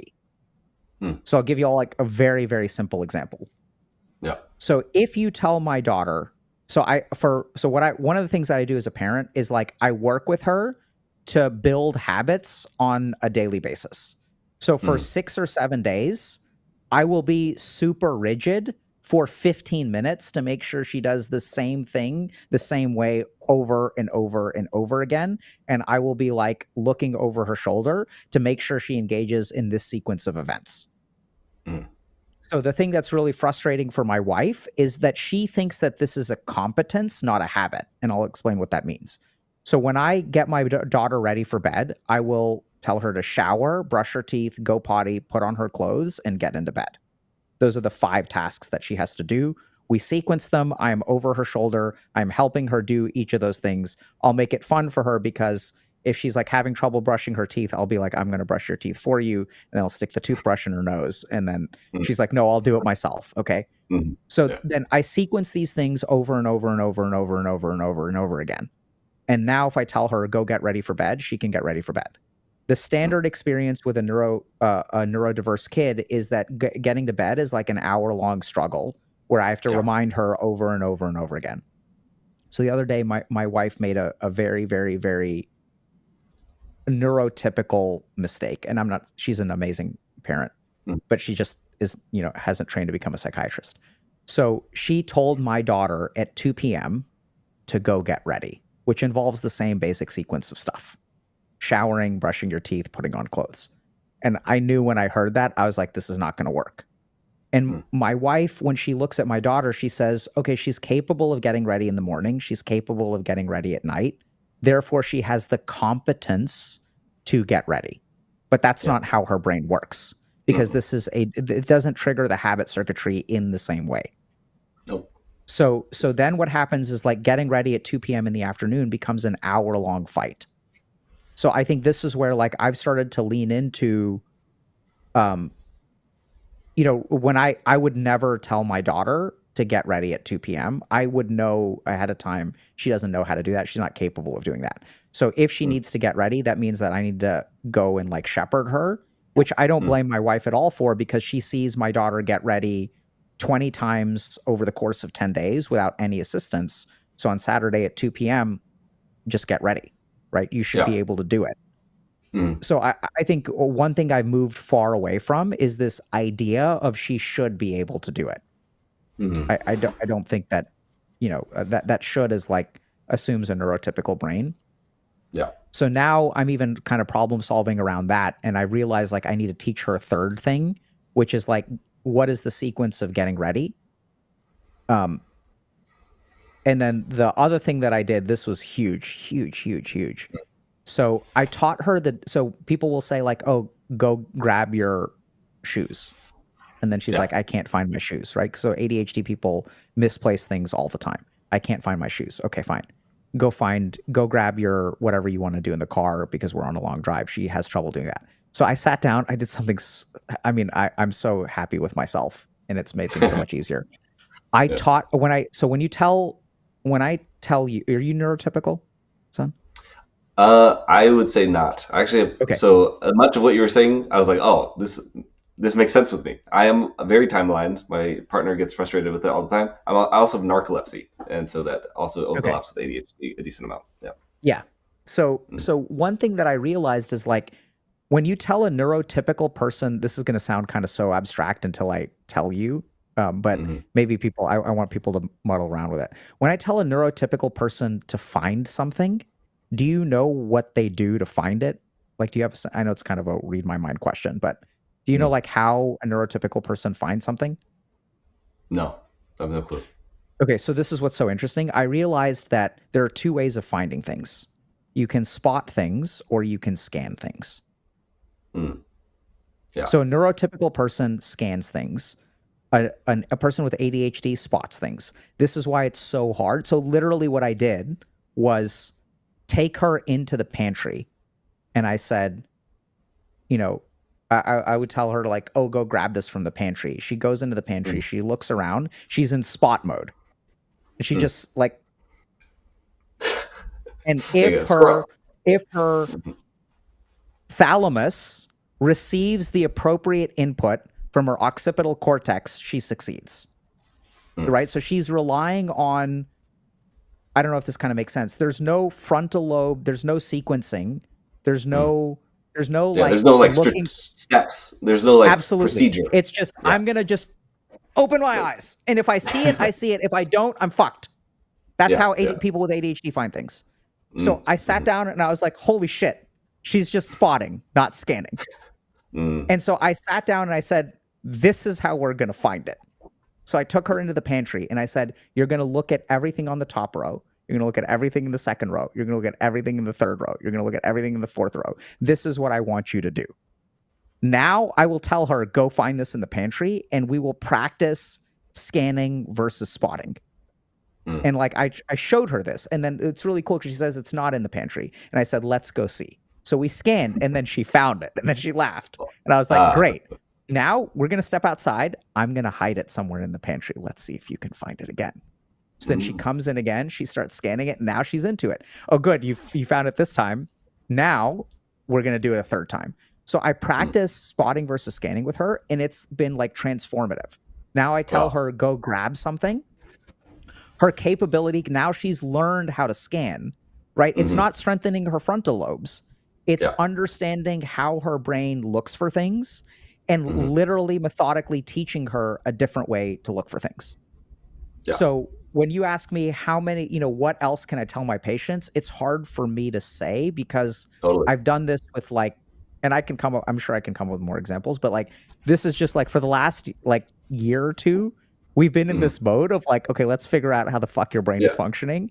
And let's figure out what is the EU to NA power adapter that you need to succeed in this situation.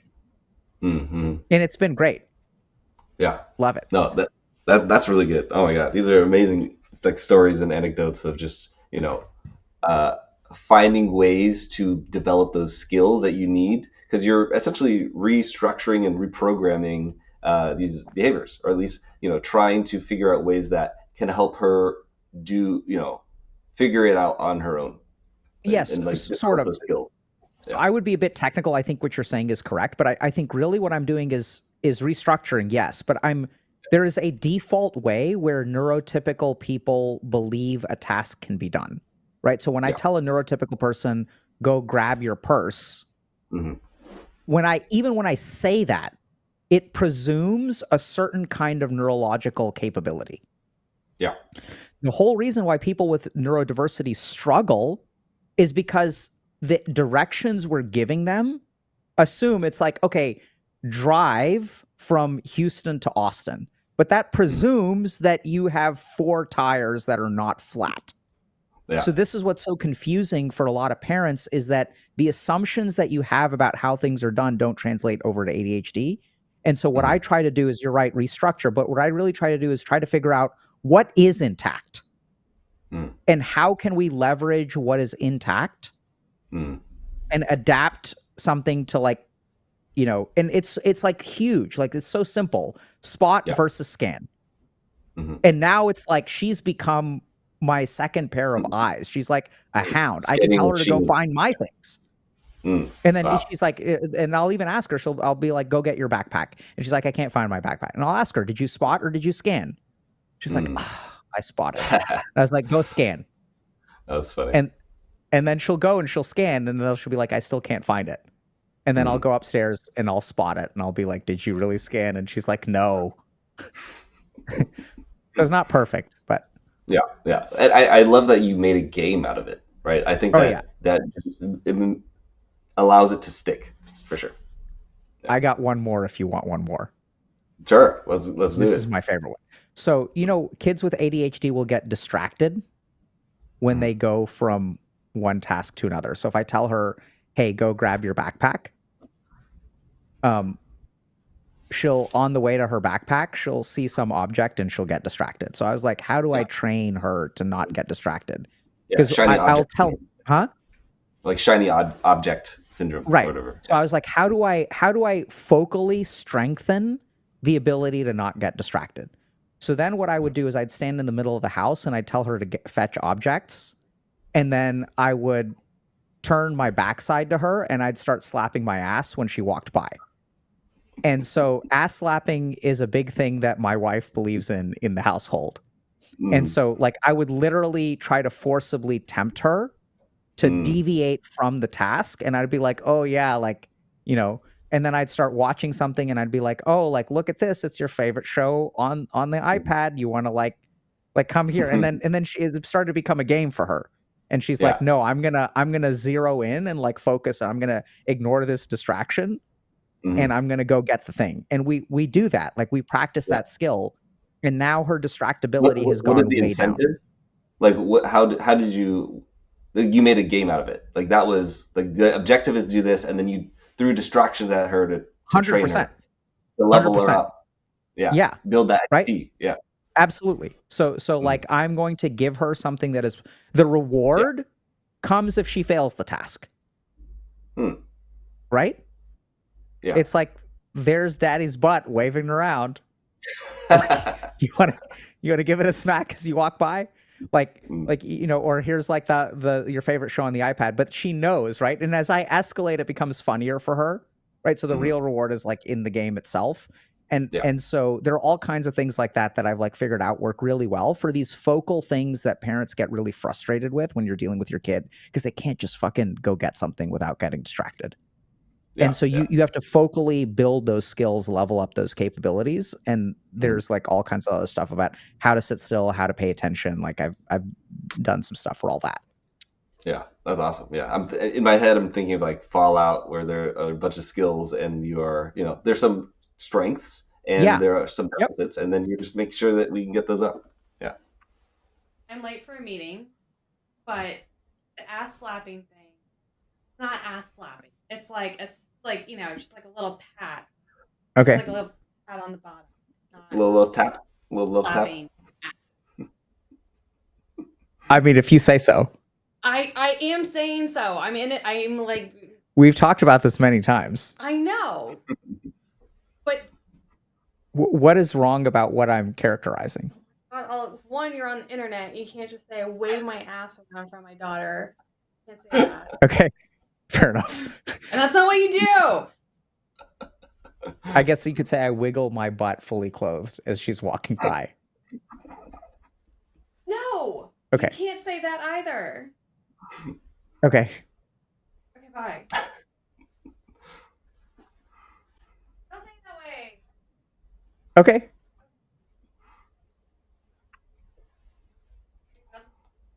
Nope. I'm just not going to talk about it. Because I think we're. That was a great session. Yeah, it was. She, I think this is a boss. Yeah, no, I mean, I think it's reasonable what she says, right? So that can be misconstrued in all kinds of ways, which she's right. I mean, I don't think that's it's not. It's totally fine. Yeah, I think that's right. Yeah, but I understand. The concern. Yeah. I understand her concern too, but it's like that's really like what and it this is an isolated thing that happened for a couple of days, but anyway. So there are other distractions. The key thing is to give her something to give her a task and then like intentionally try to distract her, and then that levels up her ability to not be distracted. Yeah, gamify, have objectives to be able to develop the skills to continue to do those things. Yeah. So I think there is a fair amount, but the key thing about the gamification is there isn't like a reward. So I've moved away from that style of parenting where a lot of people like positive reinforcement. Like you're not doing sticker charts and all that kind of stuff. Yeah, like I don't do any of that, and I actually find that like it creates this idea that I'm going to do something for a reward. Totally. And it's kind of not like sustainable. Yeah. Huh? It may not be sustainable. Well, it also cultivates a performance mindset, which I don't know if you're familiar with, like performance versus growth mindset. But like performance, Carol Dweck. Yeah. Right. Yes. So like all these Asian kids who are suicidal and at places like Harvard. Yeah, I know. Have performance mindsets. So we try to discourage. I mean, I don't discourage positive reinforcement. We'll reward it. But like my point is like, it should be, they should do all their responsibilities, and doing the responsibility, you shouldn't do the responsibility for the reward. I don't know if this kind of makes sense, but the whole point, the default state is to have a good time. And until you finish all the things that you need to do, you don't get to enter the default state. That's kind of how I approach it. Yeah. I think that, this idea of like rewards and punishments I agree that we talk about it probably too much. I know that from like a Asian parenting standpoint, you know, one question that earlier was about like, you know, why do Asian parents maybe not reward? And part of it's just like the reward is that you made a good grade. The reward is that you have a better future and that you're setting yourself up well, right? Like, why do I need to incentivize that further, right? And so I think that your approach to it, which is just trying to build implicitly that, you know, we're just having a life is about having a good time. Let's try Mhm. to let's try to make sure that we can have as best of a time as we can, and these are things that we have to do to achieve that, right? Yeah. And I think I that's think great. it was good. My wife was talking to my kids, and um we had to go to a funeral recently. And so I'm she sorry. was explaining to them that, oh, it's, they happen. But she was just explaining to them that, like, this is just something we have to do. You guys don't need to like it. And it's not like, we're not going to bribe you or anything. It's just like sometimes in life, like, we have to do things to make other people feel better, even though it means we're sacrificing, an important time that we could be having fun or playing with friends. And so I think that kind of collectivist mindset, I think, can be like very healthy, Yeah. um, in moderation. But I really just want to at least caveat, and I probably should have said this at the very beginning. Like, I don't want to grandstand and be like, "Oh, I speak for all Asians, and I am you against don't? one or another." I wish that'd be great, but no, I definitely, this is my own one lived experience as Yeah. a, Vietnamese American, and then, I'm not vilifying, one way or the other. It was just me in my journey of seeking understanding of all these different things, and I think that that is your approach that you've kind of taken with your kids. And I think that seeking to first understand and then be understood, I think, is something that has guided me throughout, my practice and just how I live life. So I appreciate Absolutely, just, man. yeah, the chance to talk Yeah, with you and your, yeah. I'm glad you kind of said that. And also, I think that the way that we framed the conversation, I think that came across, like, because Okay. I think you were talking a lot about your experience and then Yeah. your kind of hypotheses, but I didn't get any sense of this is how things have to be or anything like that from you. But thank you so Mhm. much for coming today, and thank you for telling us a little bit about rave culture, and Yeah. I'm intrigued. Like, I'm so curious about things like that, more from a, if we want to be healthy, Hmm. what are the things that we're not exploring? So I think Mm. psychiatric treatment is great. Yeah. Um, but also, like, I think health is not just the elimination of disease. Yeah. And when I really hear some of these things, like, I've never thought to, recommend a rave to a patient. I'm not sure that I would Mm. today, but Mm. Yeah. it really helped me expand my horizons and also think a little bit about how the way that we're raised, how we find these things that balance us. So if you have, dope or whatever when you're growing up, discipline, what is it? There's a Discipline, discipline, obedience. obedience, yeah, Yeah. right. So I don't think we came up expectation, with a P. Mhm. we'll figure it out. And then fleur, which is what was it? Peace, love, unity, and respect. Yeah, there you go. Right. Yeah. So like, it's cool to hear how you kind of walked your journey, and how you sort of followed your parents' expectations in some ways, but also, like, became your own person. Mhm. Great that you found love. Thank you. Thank you. Appreciate it. So if you're a lonely Asian kid on a dating app, don't give up hope. Definitely not. Yeah. Um, yeah, but thank you so much for coming today, Vinh-Son. Yeah. Thanks so much, Alok. Thank you for, your community. Just, they've been so supportive, and your content and all the things that you and your community have done in the past has helped me. And so I just, appreciate the time that you've, taken to talk with me today. Yeah, dude, thank you for coming. I mean, I think it's great to have, because I think your training is um so advanced in areas of, like, child and adolescent psychiatry and stuff. And I know you're finishing up fellowship, but I think sometimes Mhm. we underestimate how competent a freshly minted attending is. Like, we Mm. tend to think, like, oh, if you've been practicing for 20 years, like, so much more. But I think the whole Mhm. point of finishing fellowship is, like, you are at an incredibly high level of competence, right? Mhm. We like give you the responsibility of, like, taking care of children and parents and all that kind of stuff. And Yeah. so I'd love to hear more of your perspectives on some of these like issues around parenting or how to raise kids or parenting styles or whatever. So Yeah. thank No, you for I coming. appreciate that. Yeah, thank you for having me. Thank you. All right. Take care, Ben. All right, you take care. Have a good one. Bye. And I think we're still here. Are we still here? There we Do go. I hang up? All right. Okay. Yeah, you can hang up. Oh, I nice. think. Okay, cool. Nice. Well, All right, y'all. thanks for Huge shout out to Dr. Vinh-Son. You know, I know today's stream was a little bit different, but I think it's cool to hear like these different perspectives from Asian people and different kinds. I don't think it's just about ethnicity, especially today. I mean, Vinh-Son was talking about his experience of being Vietnamese, but you know, my overwhelming experience as a psychiatrist is that these cultural and as a human is these cultural expectations of tiger parents are not, while they may be overrepresented in some diasporas, like basically there are people of every race and ethnicity who will have tiger parents.